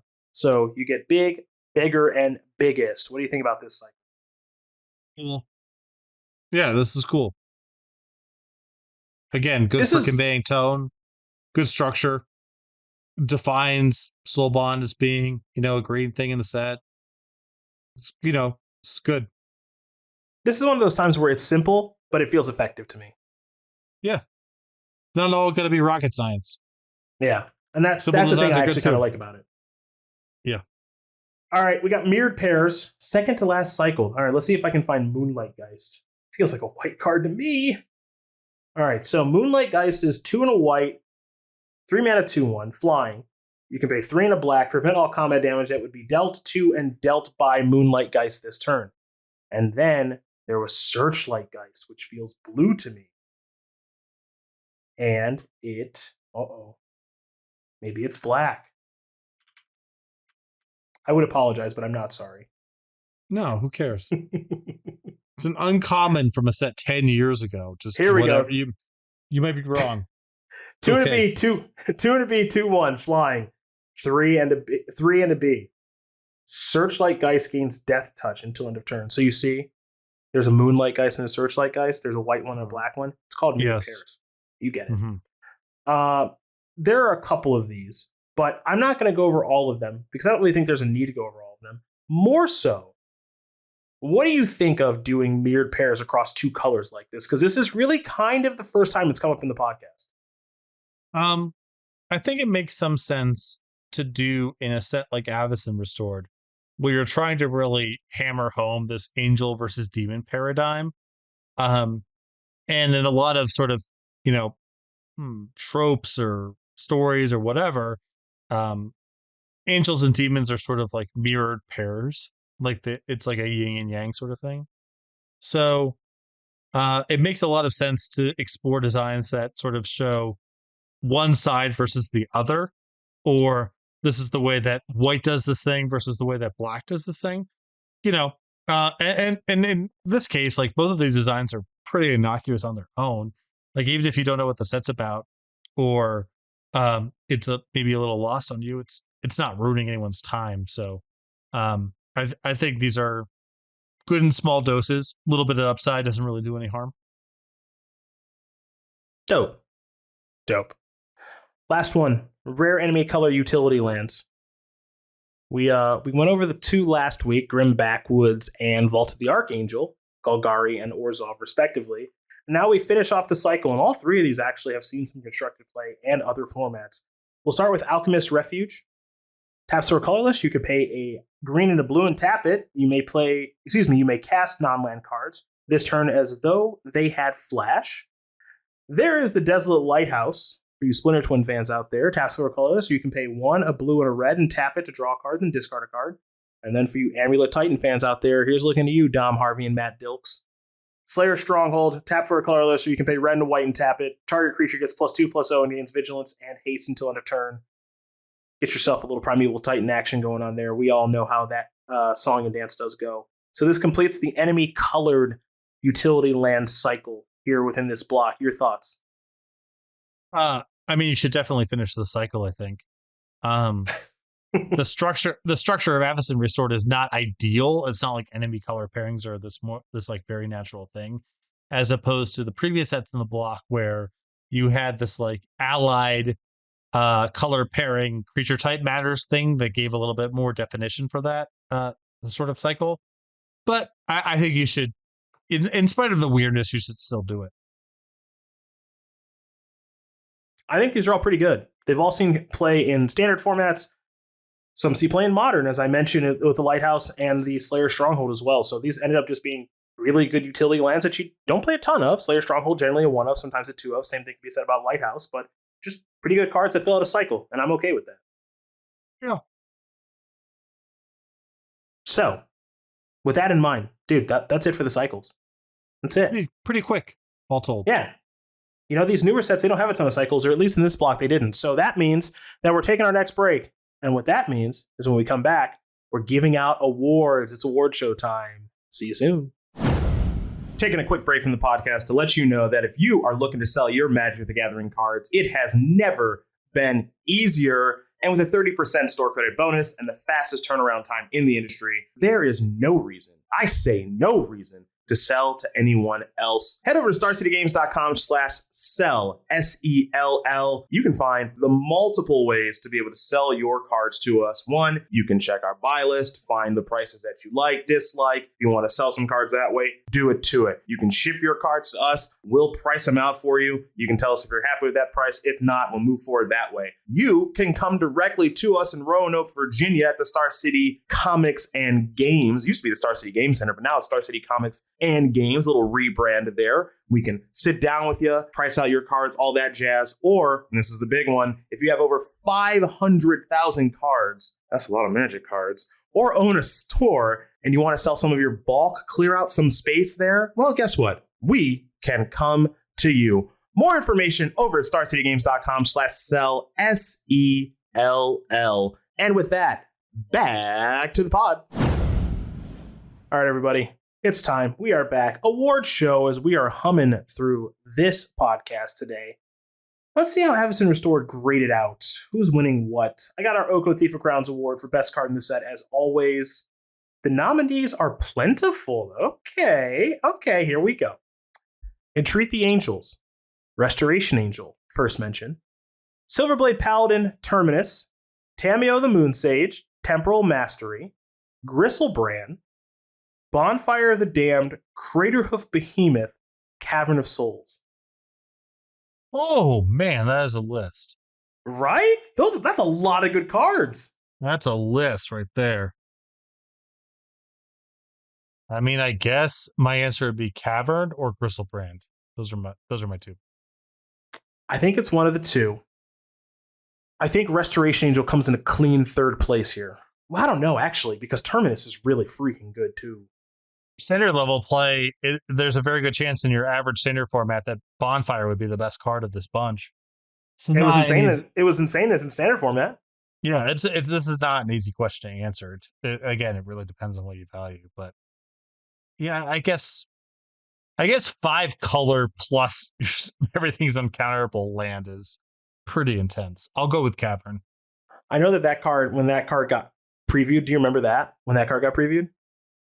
Yeah, because it was still like Primeval Titan season, right? Yeah, people were just like, this card's the most ridiculous land of all time, can't counter the thing, everything else. And it's just like, I don't know. I mean, it matters, but it's not like that good, you know? And it ended up being fine. You know, well, I'll take that back. It ended up being good. It didn't end up being like metagame warping. It's like, oh no, you're pushing out people playing counter spells. Oh darn. Right? Like, Yeah, good for once. Yeah, imagine. Yeah, imagine if the counterspell person had to find a different card to play with one time, or a way to interact with a cavern. Like you just do that too. Boo! Yeah. Boo! Boo! Boo! You mean I can't just mana leak every threat in perpetuity? Yeah. Yeah. No, it's exactly right. I have a counterspell. It says counter target spell, and then you play a spell that I can't counter. It's like I'm being lied to again. The whole point was to stop this, you know. No, I mean, I think it's a little. My problem is that the card's a little excessive. Like, so you make unclaimed territory, and unclaimed territory shows up in decks, right? Yeah. Implies to me that there was some room to give. That you didn't need to do 5-color land and also it's uncounterable. You could have made 2 appealing designs probably instead of 1.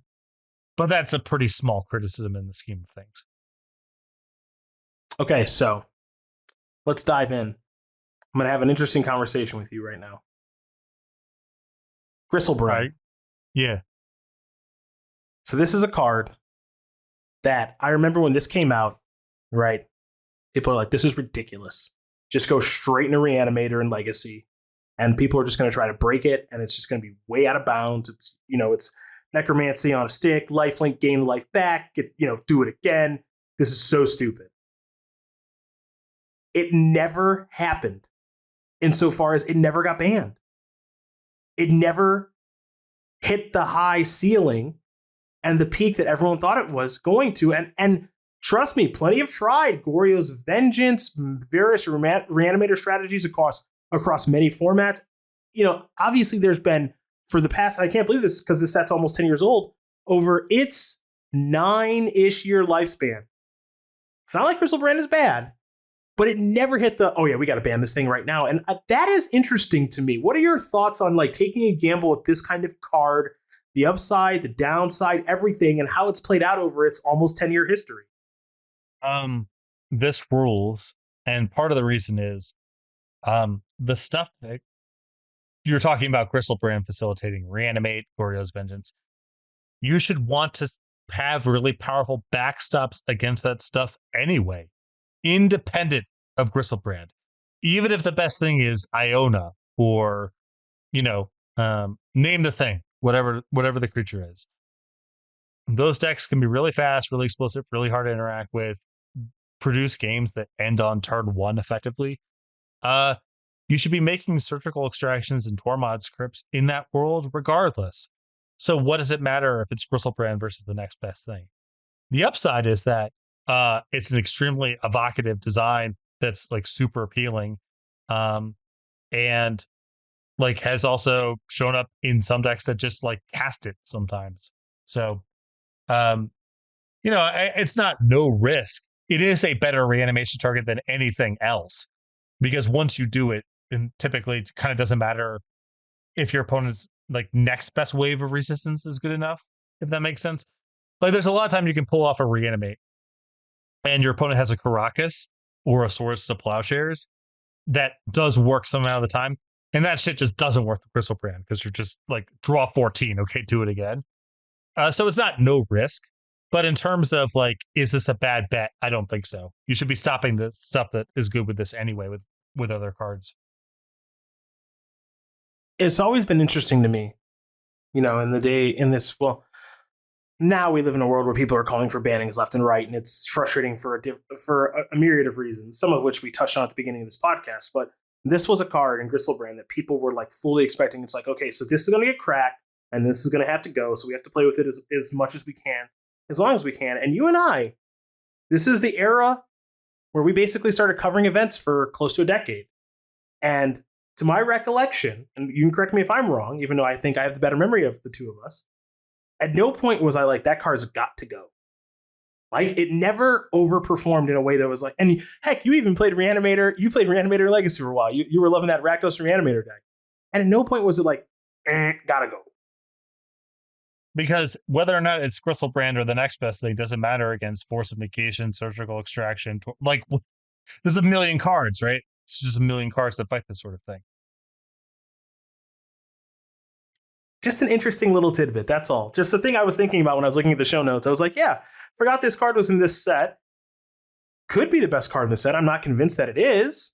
Obviously very powerful, but never broke the glass ceiling, which is kind of cool. So I have not dabbled with Reanimator again since the printing of Grief, but it's on my list of things to do at some point.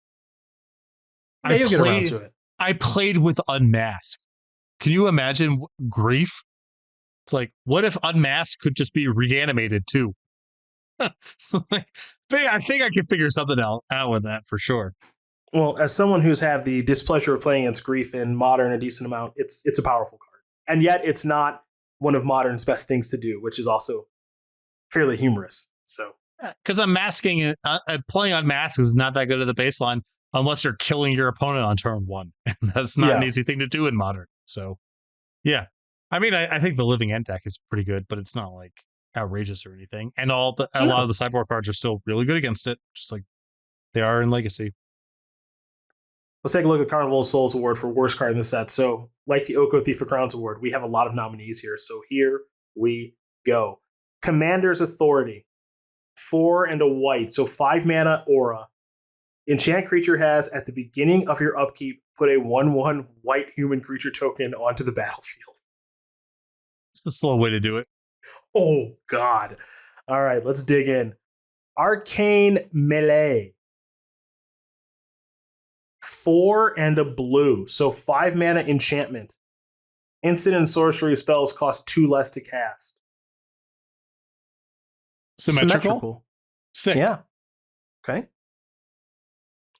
Ghostly Touch. That sounds blue. 1 and a blue. Aura. Enchant creature has, whenever this creature attacks, you may tap or untap target permanent. That'll come up. Someone will do something with that. That's sick. Second Guess. Also sounds blue. 1 and a blue instant. Counter target spell. That's the second spell cast this turn. Very specific. Treacherous Pit Dweller. I think I remember this one being not particularly good. You can see the artwork in my head. There it is. BB 4/3 Demon. When Treacherous Pit Dweller enters the battlefield from a graveyard, target opponent gains control of it. Undying.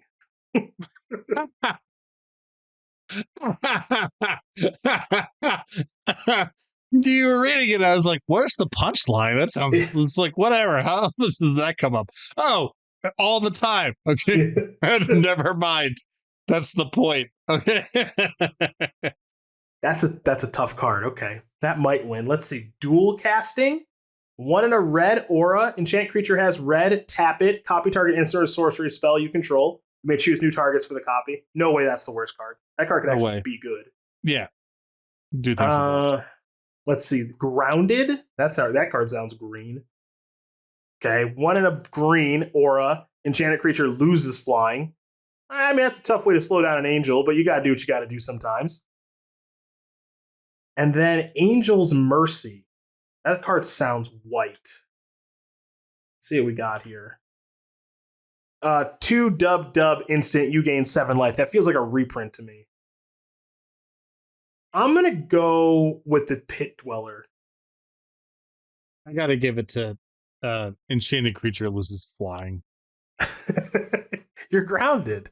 Come on down. It's like most creatures already don't fly.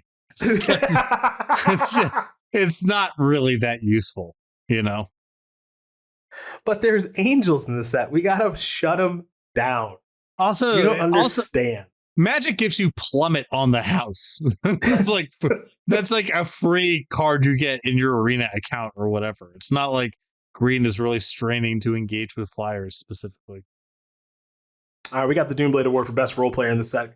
Here come our options. First up, Angel of Glory's Rise. 5 dub, 4/6 flying. When Angel of Glory's Rise enters the battlefield, exile all zombies, then return all human creature cards from your graveyard to the battlefield. This was like part of a junk Reanimator deck, if memory serves. This was the thing that used to come up then. Deadeye Navigator, great commander card. Mistile Griffin, 2 UU. Actually, hold on. I'm thinking of the wrong card. I'm thinking of Mist Raven. Oh, Mistile Griffin, the food chain card. Yeah, 2 UU, 3/3 flying. You may cast Mistile Griffin from exile. Mistile Griffin and food chain, infinite mana. Blood Artist. This one was good. Mm-hmm. Wanted to be 0/1. Whenever Blood Artist or another creature dies, target player loses 1 life and you gain 1 life. Zealous Conscripts, 4 and a red. So that's a 5 mana 3/3 human. ETB, you get to take a permanent and untap it. It gains haste. Note, I said permanent. You can take planeswalkers, lands, all sorts of stuff. So that card was really rad. Wild Defiance, for you Infect fans out there. That card came from this set. I think, yeah, 2 and a G, enchantment. Whenever a creature you control becomes the target of an instant or sorcery spell, that creature gets +3/+3 until end of turn. Cigar to Host of Herons, I've already gone over. And my winner for the award, a personal Cedric favorite, Borderland Ranger. 2 and a G, 2/2 human scout. ETB, search for a basic, put it in your hand. Ties the room together. Borderland Ranger is a great answer. Great answer. Was this the first set that it was in? I think so. We've seen cards like this. God. That is great. What a design. Yeah, first set it's in. Little Love attacking, that card. little Love blocking, a little bit 2-for-1 sort of, depending on what's going on. So maybe mana fixing, maybe not, depending on what you're doing with your deck.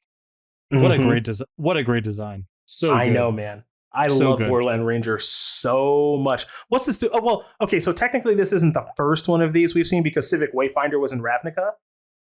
But Sure. Yeah. still, I love this style of card so much because it's never the best thing going on, but you're happy to put it like in limited decks and constructed decks. It's just good. It's just good. Yeah, if it's showing up, it's for good reasons. And if it's not showing up, it's probably not doing any harm because you weren't betting on it showing up. It's great. All right, we're going on to the Oboro Palace in the Clouds Fun of One of in the Set Award. Desolate Lighthouse, Slayer Stronghold, Craterhoof Behemoth. Desolate Lighthouse. Non-tutorable one of, I give a lot to. And you just had one in your twin deck or whatever. So, great. All right, well, if you're going the non-tutorable route, I'm still going to go Craterhoof Behemoth because I think it's the coolest of the bunch. Oh, it's definitely way cooler. No, But, actually, that card, would it be a 2 of sometimes in Elves? Maybe? I think sometimes you played 2. Yeah. It's probably not anymore because there's so many just random misers from the Commander products that probably fill in some of the gaps. But yeah, I think you could play 2 sometimes. All right. Then in that case, I'm going to go with Slayer Stronghold. They only play one of those. So I'm going with Stronghold for Amulet Titan there, even if it is tutorable. Earl the Miststalker Award of that card's from this set, ? Mist Hollow Griffin. Don't know what that's doing in here. Vexing Devil. This has got to be okay. So let's dive into this one a little bit. Single red, 4/3. I remember this card. This is going to win another award, by the way. When Vexing Devil enters the battlefield, any opponent may have it deal 4 damage to him or her. If a player does sacrifice Vexing Devil, you can lock that in for a most overhyped card of the set. Yes, you can. Yeah. Oh, yeah. So maybe I'll save that conversation for then. Actually, I'm going to. So with that in mind, there's also Zealous Conscripts being in the set, but that makes sense because it's a human. Craterhoof Behemoth being in the set is a little strange because it's kind of random as it being in here. But the most random card for me is far and away Mist Hollow Griffin because I just don't know why it's here. I would give it to Craterhoof Behemoth because the set is already so long on 8 mana creatures that actually have something to do with the theme of the set. And this is like another 8 mana creature that doesn't have really anything to do with the set.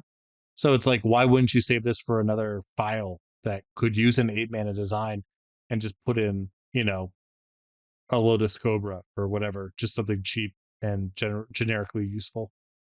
That's legit. That's legit. All right, Mystic Influence Award for best vintage cube card, in the set. Griselbrand, Craterhoof Behemoth, Restoration Angel, Silverblade Paladin, Zealous Conscripts. Griselbrand, I think. So I think Reanimator sucks in vintage cube. Sure. Do you want to give to Conscripts?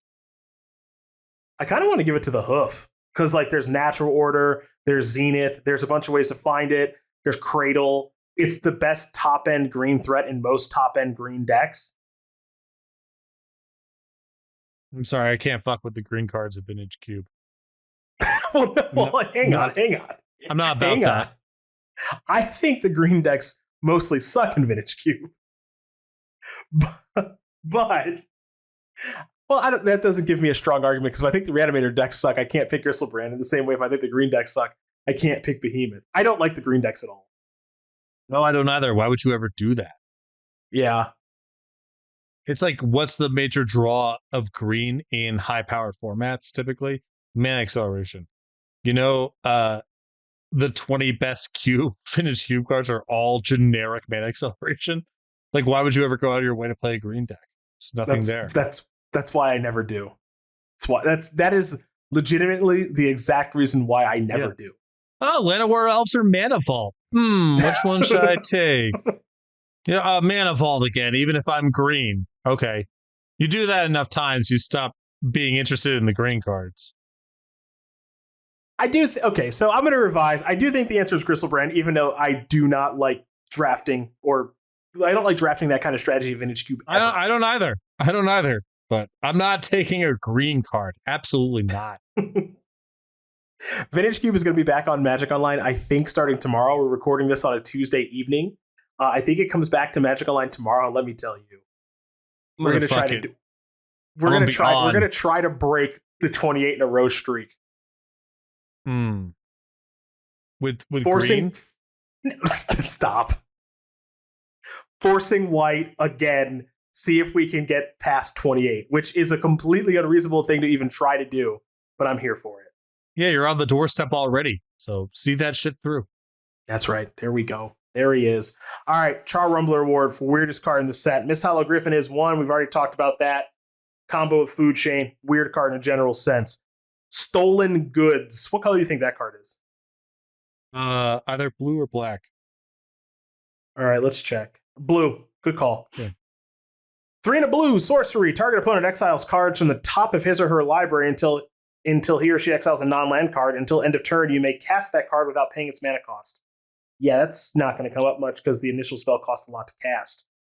Descent into Madness. Sounds black. It is. This webpage doesn't work great, Scryfall. 3BB enchantment. At the beginning of your upkeep, put a despair counter on Descent into Madness. Then each player exiles X permanents he or she controls and or cards from his or her hand, where X is the number of despair counters on Descent into Madness. What do you think of that? So it's like personal smokestack, but also its hand? Let me read it again. At the beginning of your upkeep, put a despair counter on Descent into Madness. Then each player exiles X permanents they control, or X cards from their hand, where X is the number of each player. Oh, it's each player. Okay. At the beginning of your upkeep, yeah. So it doesn't happen on each upkeep like Smokestack does, but it's like kind of like a Smokestack. Yeah. And not a good one. Yeah, that's pretty weird.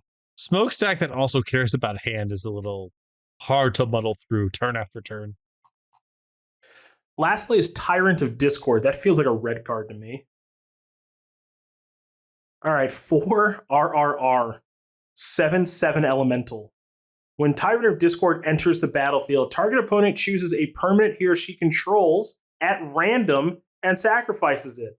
If a non-land permanent is sacrificed this way, oh yeah, repeat the process. Oh yeah. That's sick. That's probably my most hated template in all of Magic. Which part? If this happens, repeat the process? No, player chooses at random. Oh, so you mean I'm not choosing at all? Okay. Thanks for telling me that I was choosing. Okay, that's fair. Sorry, I know that's not relevant. Like, that's not what you're talking about here, but that shit really bothers me. Chooses at random. Who talks like that? Apparently, Sorry. Magic do. Sorry, derailing. Anyhow. I'm going to give it to Descent of Madness. That's a weird card. Smoke Sack that cares about cards in hand and exile stuff. Yeah, it's really complicated to play with. All right, Questing Beast Award, novel on a card. Nick says any card with Soulbound, valid. Bruno, Light of Alabaster, the Aura Angel, which we've already gone over. And Descendant's Path, which is green. Here's a card. I remember this one. 2 and a G, enchantment. At the beginning of your upkeep, reveal the top card of your library. If it's a creature card that shares a creature type with a creature you control, you may cast that card without paying its mana cost. Otherwise, put that card in the bottom of your library. My answer is Descendant's Path. Yeah, I think that's a fine choice. Done. Moving Done. on. Blank award for best card name in the set. Appetite for Brains, Deadeye Navigator, Driver of the Dead, Burn at the Stake, Eaten by Spiders, Cavern of Souls. Burned at the stake. Does a lot of work for conveying the mood of the set. Yeah, that's a really good point, actually. I hadn't thought about that. Okay. Tone matters. Fair. Let's dive in. Pack Rat Award, best limited card in the set. So, this one might be contested a little bit. Now, I don't have the purest recollection of this set, but I've got a pretty good memory here. I know that black was unplayable, which it was. But one of the best cards in the set is black, which naturally led to some very interesting conversations about, like, if you opened Dark Imposter, would you take it? If you opened Dark Imposter versus Druid's Familiar, remember Druid's Familiar is 4 mana, 2/2, Soulbound, each creature gets +2/+2. Or would you select Dark Imposter, which is, for those of you who don't know, where are you? Come on, there you are. 2 and a B. 2/2 Vampire Assassin. You pay 4 BB, exile target creature, and put a +1/+1 counter on Dark Imposter. Dark Imposter has all activated abilities of all creature cards exiled with it. Note, this format did not have much removal unless you were black. So this is that was just Visara plus it gets keywords. And +1/+1 counter. Yeah, that's you can speak to the details better than I can. That does sound hard to beat. Yeah, so I remember this set very vividly. Everyone's like, black is the worst color by far, which was true. It was very bad. Dark Imposter was, I don't know if it was the best, like, objectively extremely powerful, obviously, especially in a format that did not have much removal. Decent amount of bounce, not a ton. So there was questions going around, like, if you opened X versus Dark Imposter, would you take Dark Imposter? And I think a lot of the time people would say, I would take X because black is so bad. Other cards that were super good in Limited, Bonfire of the Damned, for obvious reasons. Entreat the Angels, for obvious reasons. Tammy the Moonsage, for obvious reasons. Wolfare Silverheart, for obvious reasons. So, Ari Lax, you can tell us which one was the best of the bunch. I wouldn't be surprised if Dark Imposter is the answer, though green, if memory serves, is the best limited color in this set. It's either green or blue, because Mist Raven was so busted in Limited, which was the best common, if memory serves. Mist Raven, by the way, 2 UU, 2/2 flyer, ETB Mana War. Yeah, sick. That sounds pretty good. Your Mana War just has flying, and like a lot of the cards were expensive in this set, so yeah, if you had multiples of those, winning was not particularly difficult. But Ari, I think the answer is Dark Imposter. Patrick, I don't know if you want to weigh in or not. I didn't play a game of Draft or Sealed of this set, so I'll trust whoever here. As best as memory serves, and I didn't play a ton of this set, everyone thought this limited format was terrible. Yeah, I think the criticism was just there wasn't enough satisfying interaction. Yeah. So, especially rough in a set with Soulbound, which is really puts a lot of pressure on you in a lot of spots to have like a spell to deal with it because creatures are not going to be able to do the job. So I heard the same criticisms. I can't speak to how true they were from like my own experience because I have none, but I heard a lot of the lack of removal is really harming this format. We got the John Avon Award for best land artwork in the set. Desolate Lighthouse, Cavernous Souls, Alchemist Refuge, Slayer Stronghold, Seraph Sanctuary. Any of those resonate with you? I love the art on Slayer Stronghold. Love it. Nice little castle. Yeah, it's beautiful. I'm naturally attracted to Simic cards because I love the colors blue and green. In real life, not that much in Magic, so I will go with Alchemist Refuge. Now we get to the fun part. Aurelia's Fury Award for most overhyped card during preview season. 2 extremely good options. Vexing Devil and Temporal Mastery. Oh, I think it's actually Temporal Mastery. I think you're right. People thought that card was going to be cracked in like all formats. Hey, Patrick, you brainstorm it to the top of your deck in Legacy. Yeah. What can they do? It's always, yeah. You know those games of Legacy where you just have 2 mana all the time? Yeah. Sick. I will never, ever forget that. Do you guys know it's cracked with Brainstorm? Okay. Yeah, it's like, all right, I'll wasteland you. I'll wasteland you. You never have mana in this mirror. Who was trying to spend it to cast a 2 mana spell? Also, it was those are some of my most fond memories. Everyone's like, this thing is going to get banned so fast. And it's like, It's not even close to playable. Right, not even close. All right, I'll Fluster Storm it, untap True Name Nemesis. All right, go. Oh, you Time Watch. Good, cool. Good. Just let me know. Let me know how it goes for you. Whatever. Yeah. Vexing Devil, at least, like, there's 2 things with Vexing Devil. One is people who understand these things knew it was unlikely that card was going to be very good.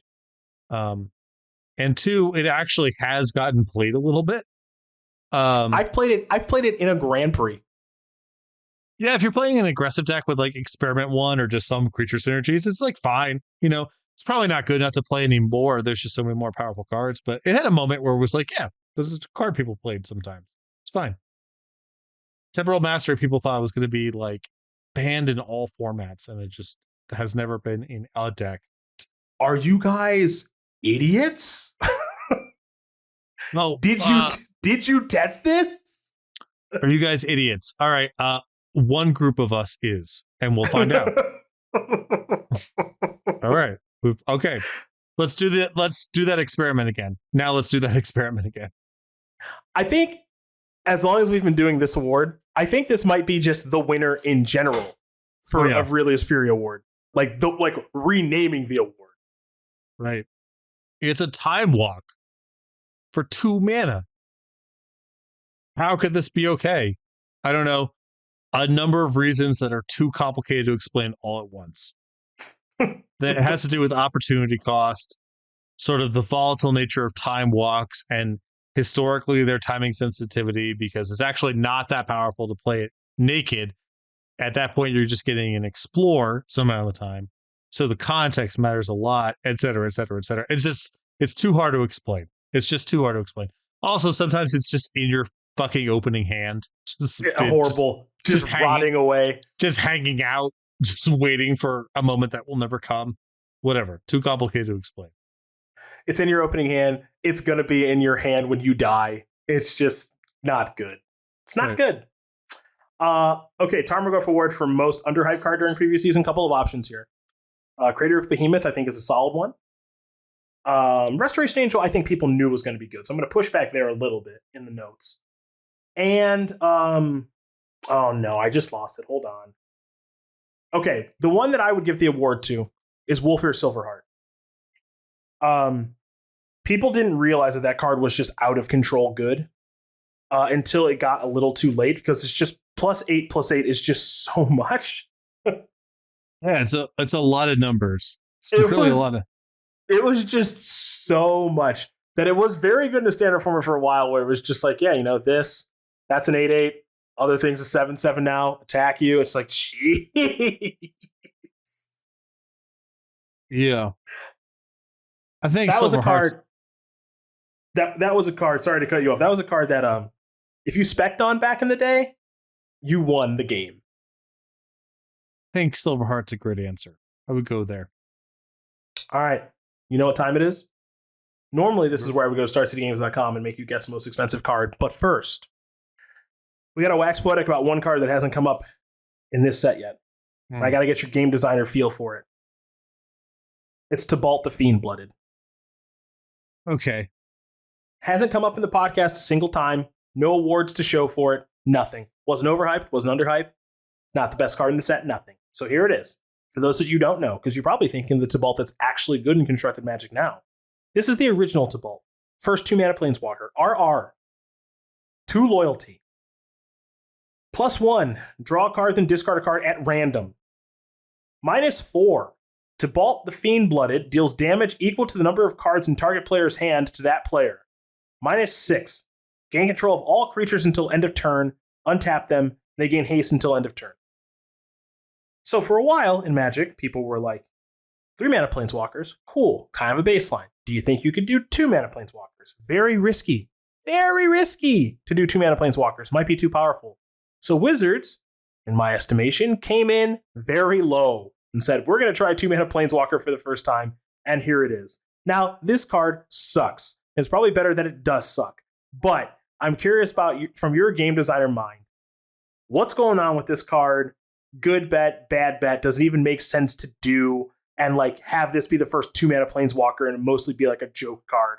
Give me any and all thoughts you have. I don't think I would have done this. I think the fundamental problem is once you're talking about 2 mana, you're not really talking about a Planeswalker anymore. Insofar as the balancing tools that you can sort of bake into Planeswalkers, which is, well, some amount of time the person casting is going to be behind on the board, and you can just attack it with creatures. And that's not going to happen all the time, but it's going to happen some of the time. And that means that we have a little bit of sort of like baked in wiggle room to how the card plays and how powerful it is. That does not exist on 2-mana design. There's no being ahead on the board or being able to attack it down when we're talking about a design that costs 2 mana. It just happens before the opponent has their second land some amount of the time. So you sort of have to balance it around, are we okay with this just being an enchantment in play the whole game? And if you want to get to that point on a design that costs 2 mana, you have to make it really fucking bad.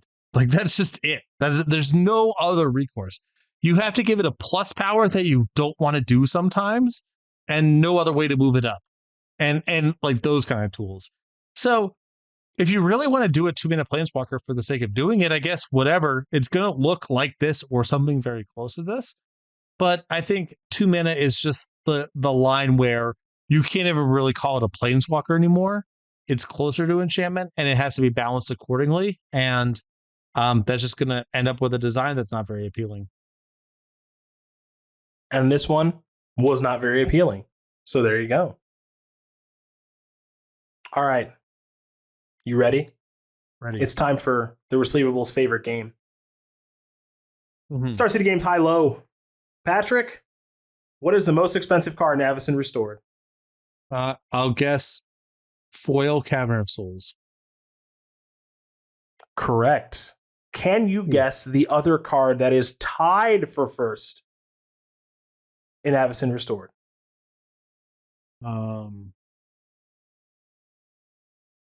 Is it a foil Avacyn? Incorrect. Okay. I'll give you one more guess. I think you can get this. I really do. I mean, is it a foil Griselbrand? The answer is Craterhoof Behemoth.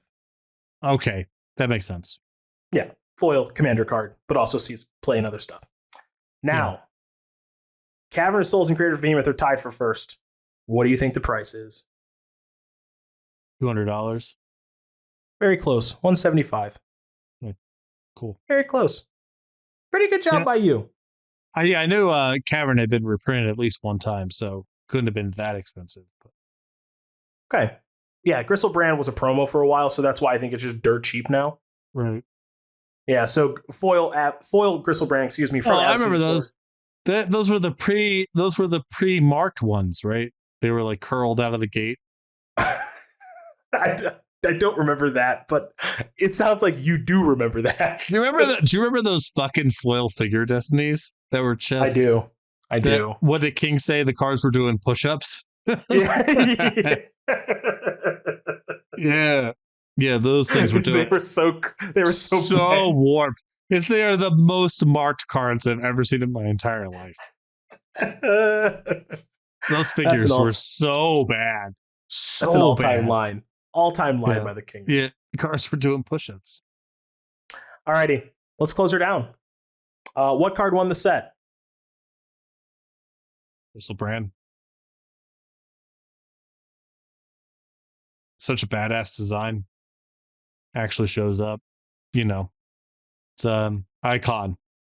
I mean, there's other cards that are probably more powerful, like just in constructed terms, but this is like what I mean, this is one of the most iconic Magic designs of all time, probably. So it's one really thing, simple. so this is an interesting conversation to me because I am very curious how iconic Griselbrand is as a design to everyone.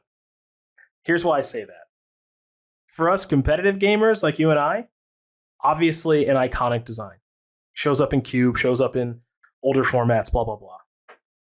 I have no idea how much it shows up in Commander. I don't know if it's banned in Commander. I know nothing, right? Mm. And I'm thinking of Avacyn, Angel of Hope. And I'm like, I'm pretty sure that card sees played in Commander. And that's also an iconic design because it's like Avacyn versus Griselbrand. And there's a part of me that feels like that card won the set. Is that crazy? No, I think that's a fine choice too. There's a lot of really good answers to this one, depending on how you like perceive the question. Because there's just so many like popular casual cards here, and there's also a handful of constructed staples, and so I think there's a lot of ways to approach it. But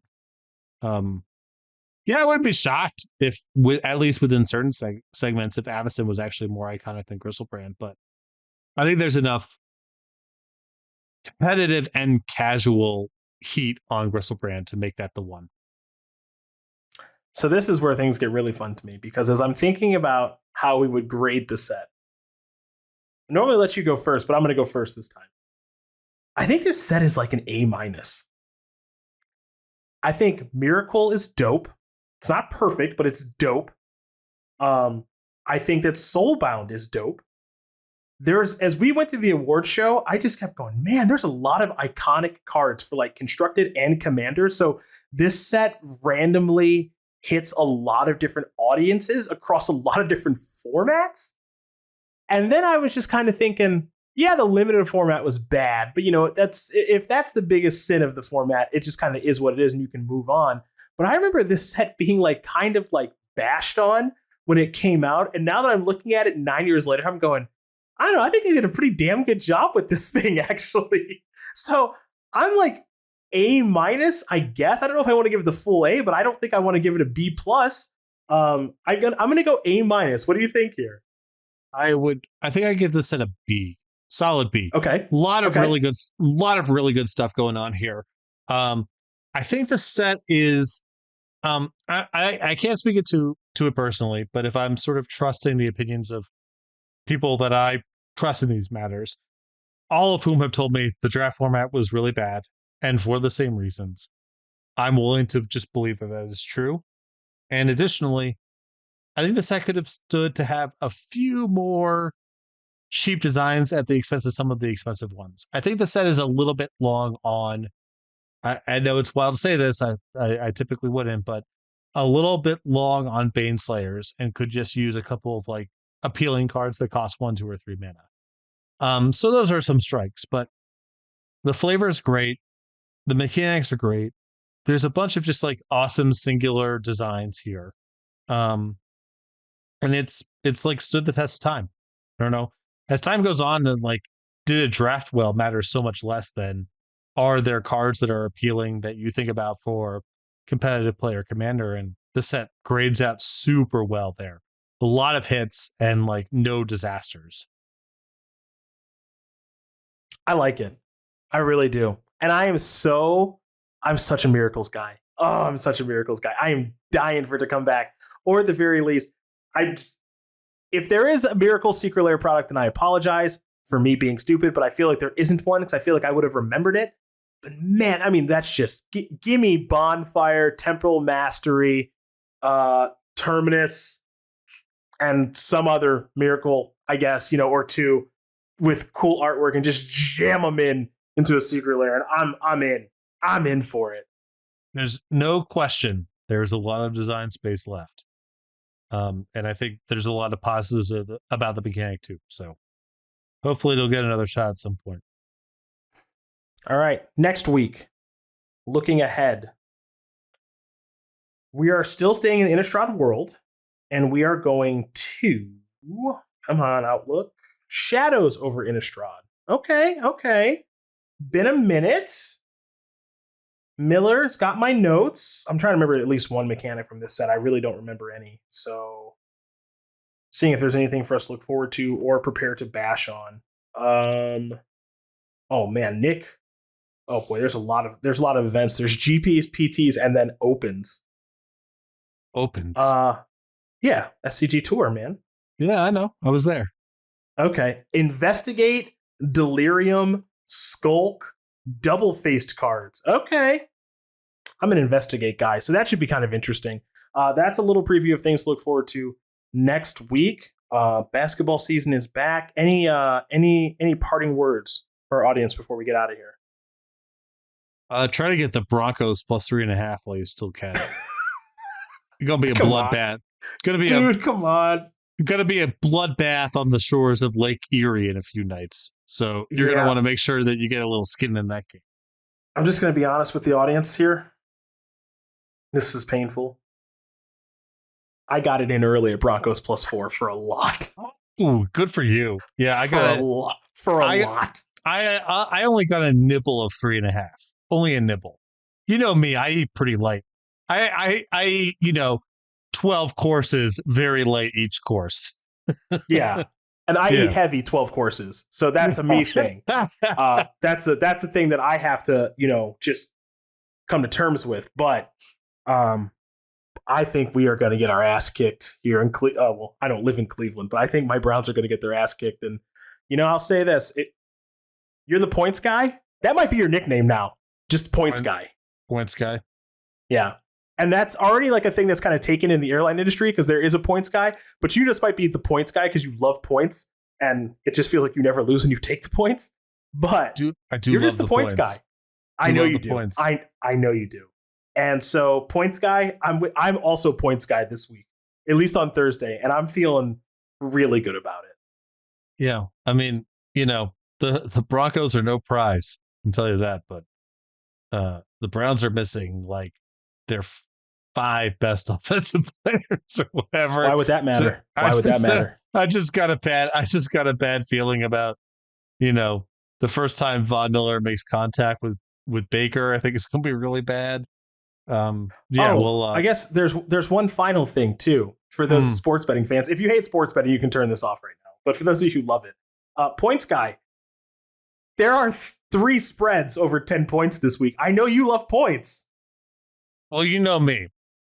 You know me. There's no way I'm not betting the Lions. I bet the Lions every week. That's a lot. Fucking love the Lions. I've never seen a team this wretched, but that's so good at just the backdoor cover. I've never seen anything like it. It's like they know. It's like they talk about it when they leave the locker room to go on the field. It's like, all right, guys, we're gonna lose by exactly 3, right? All right, 1, 2, 3, break. Just cover 3.5. And they're like plus 15 against the Rams, plus Goff revenge game. I mean, come on. There's just no way.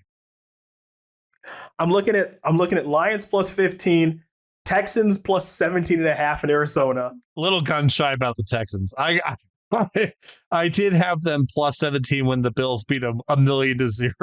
So, I don't know if I have it in me to bet them again under these circumstances. And Arizona might be really good.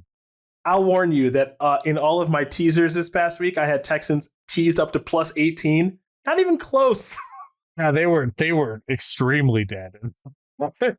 Plus 18. And then Bears plus 13 at Tampa Bay. So I'm just saying. Oh God, yeah. I like that. I'm just saying, points guy here. I'm really curious to see what things are going to look like for you this weekend. That's all. I'm gonna have the Lions and the Bears for sure, and I might see if LSU is playing this weekend, so I get a little Lions, Tigers, and Bears parlay going. Oh my! Oh my! It's right. Yeah, I love that Bears line. I'm gonna be on that for sure. For sure. Not touching Houston. Might just be too bad. Coward. Coward. With that, there's really no other way to close things out than to say thanks for listening, and Shadows over Innistrad next week. That's it, and that's all. Avacyn Restored is in the books, and another step closer to working our way through all of Innistrad. 5 sets, 6, well, 5. 6th one is Innistrad Midnight Hunt, and then Innistrad Crimson Vow previous season is gonna be starting next week. I'm recording this outro here on Friday, October the 22nd, and preview season for Innistrad Crimson Vow coming up on Thursday, October the 28th. What to expect? Vampires, I guess, but maybe there'll be some new mechanics. Honestly, I don't know, but I'm actually really looking forward to it. And we haven't really seen a preview season this close to one another, back to back, that's going to affect Magic in the way that this will. So I am optimistic and hopeful for Crimson Vow, and perhaps we will continue our Innistrad trend after we do Shadows and Eldritch Moon right into Midnight Hunt and Crimson Vow. We'll see how those sets resonate with the audience before we make that decision. But with that, of course, I do want to thank everybody for listening. Like, rate, review, subscribe, star ratings, all that jazz over on, where do we get this thing? Wherever you get your podcast. Spotify, Stitcher, Google Play, Apple Podcast app, iTunes, myriad of places. Share with your friends if you like this podcast. You can listen to it on the Star City Games YouTube page as well. That's all we ask around these parts. And we also ask for you to come back next week where Patrick and I will dive into Shadows over Innistrad, and eventually we're going to make our way to Emrakul, the Promised End, which I'm sure my partner in crime has plenty of thoughts about. Be well, everybody.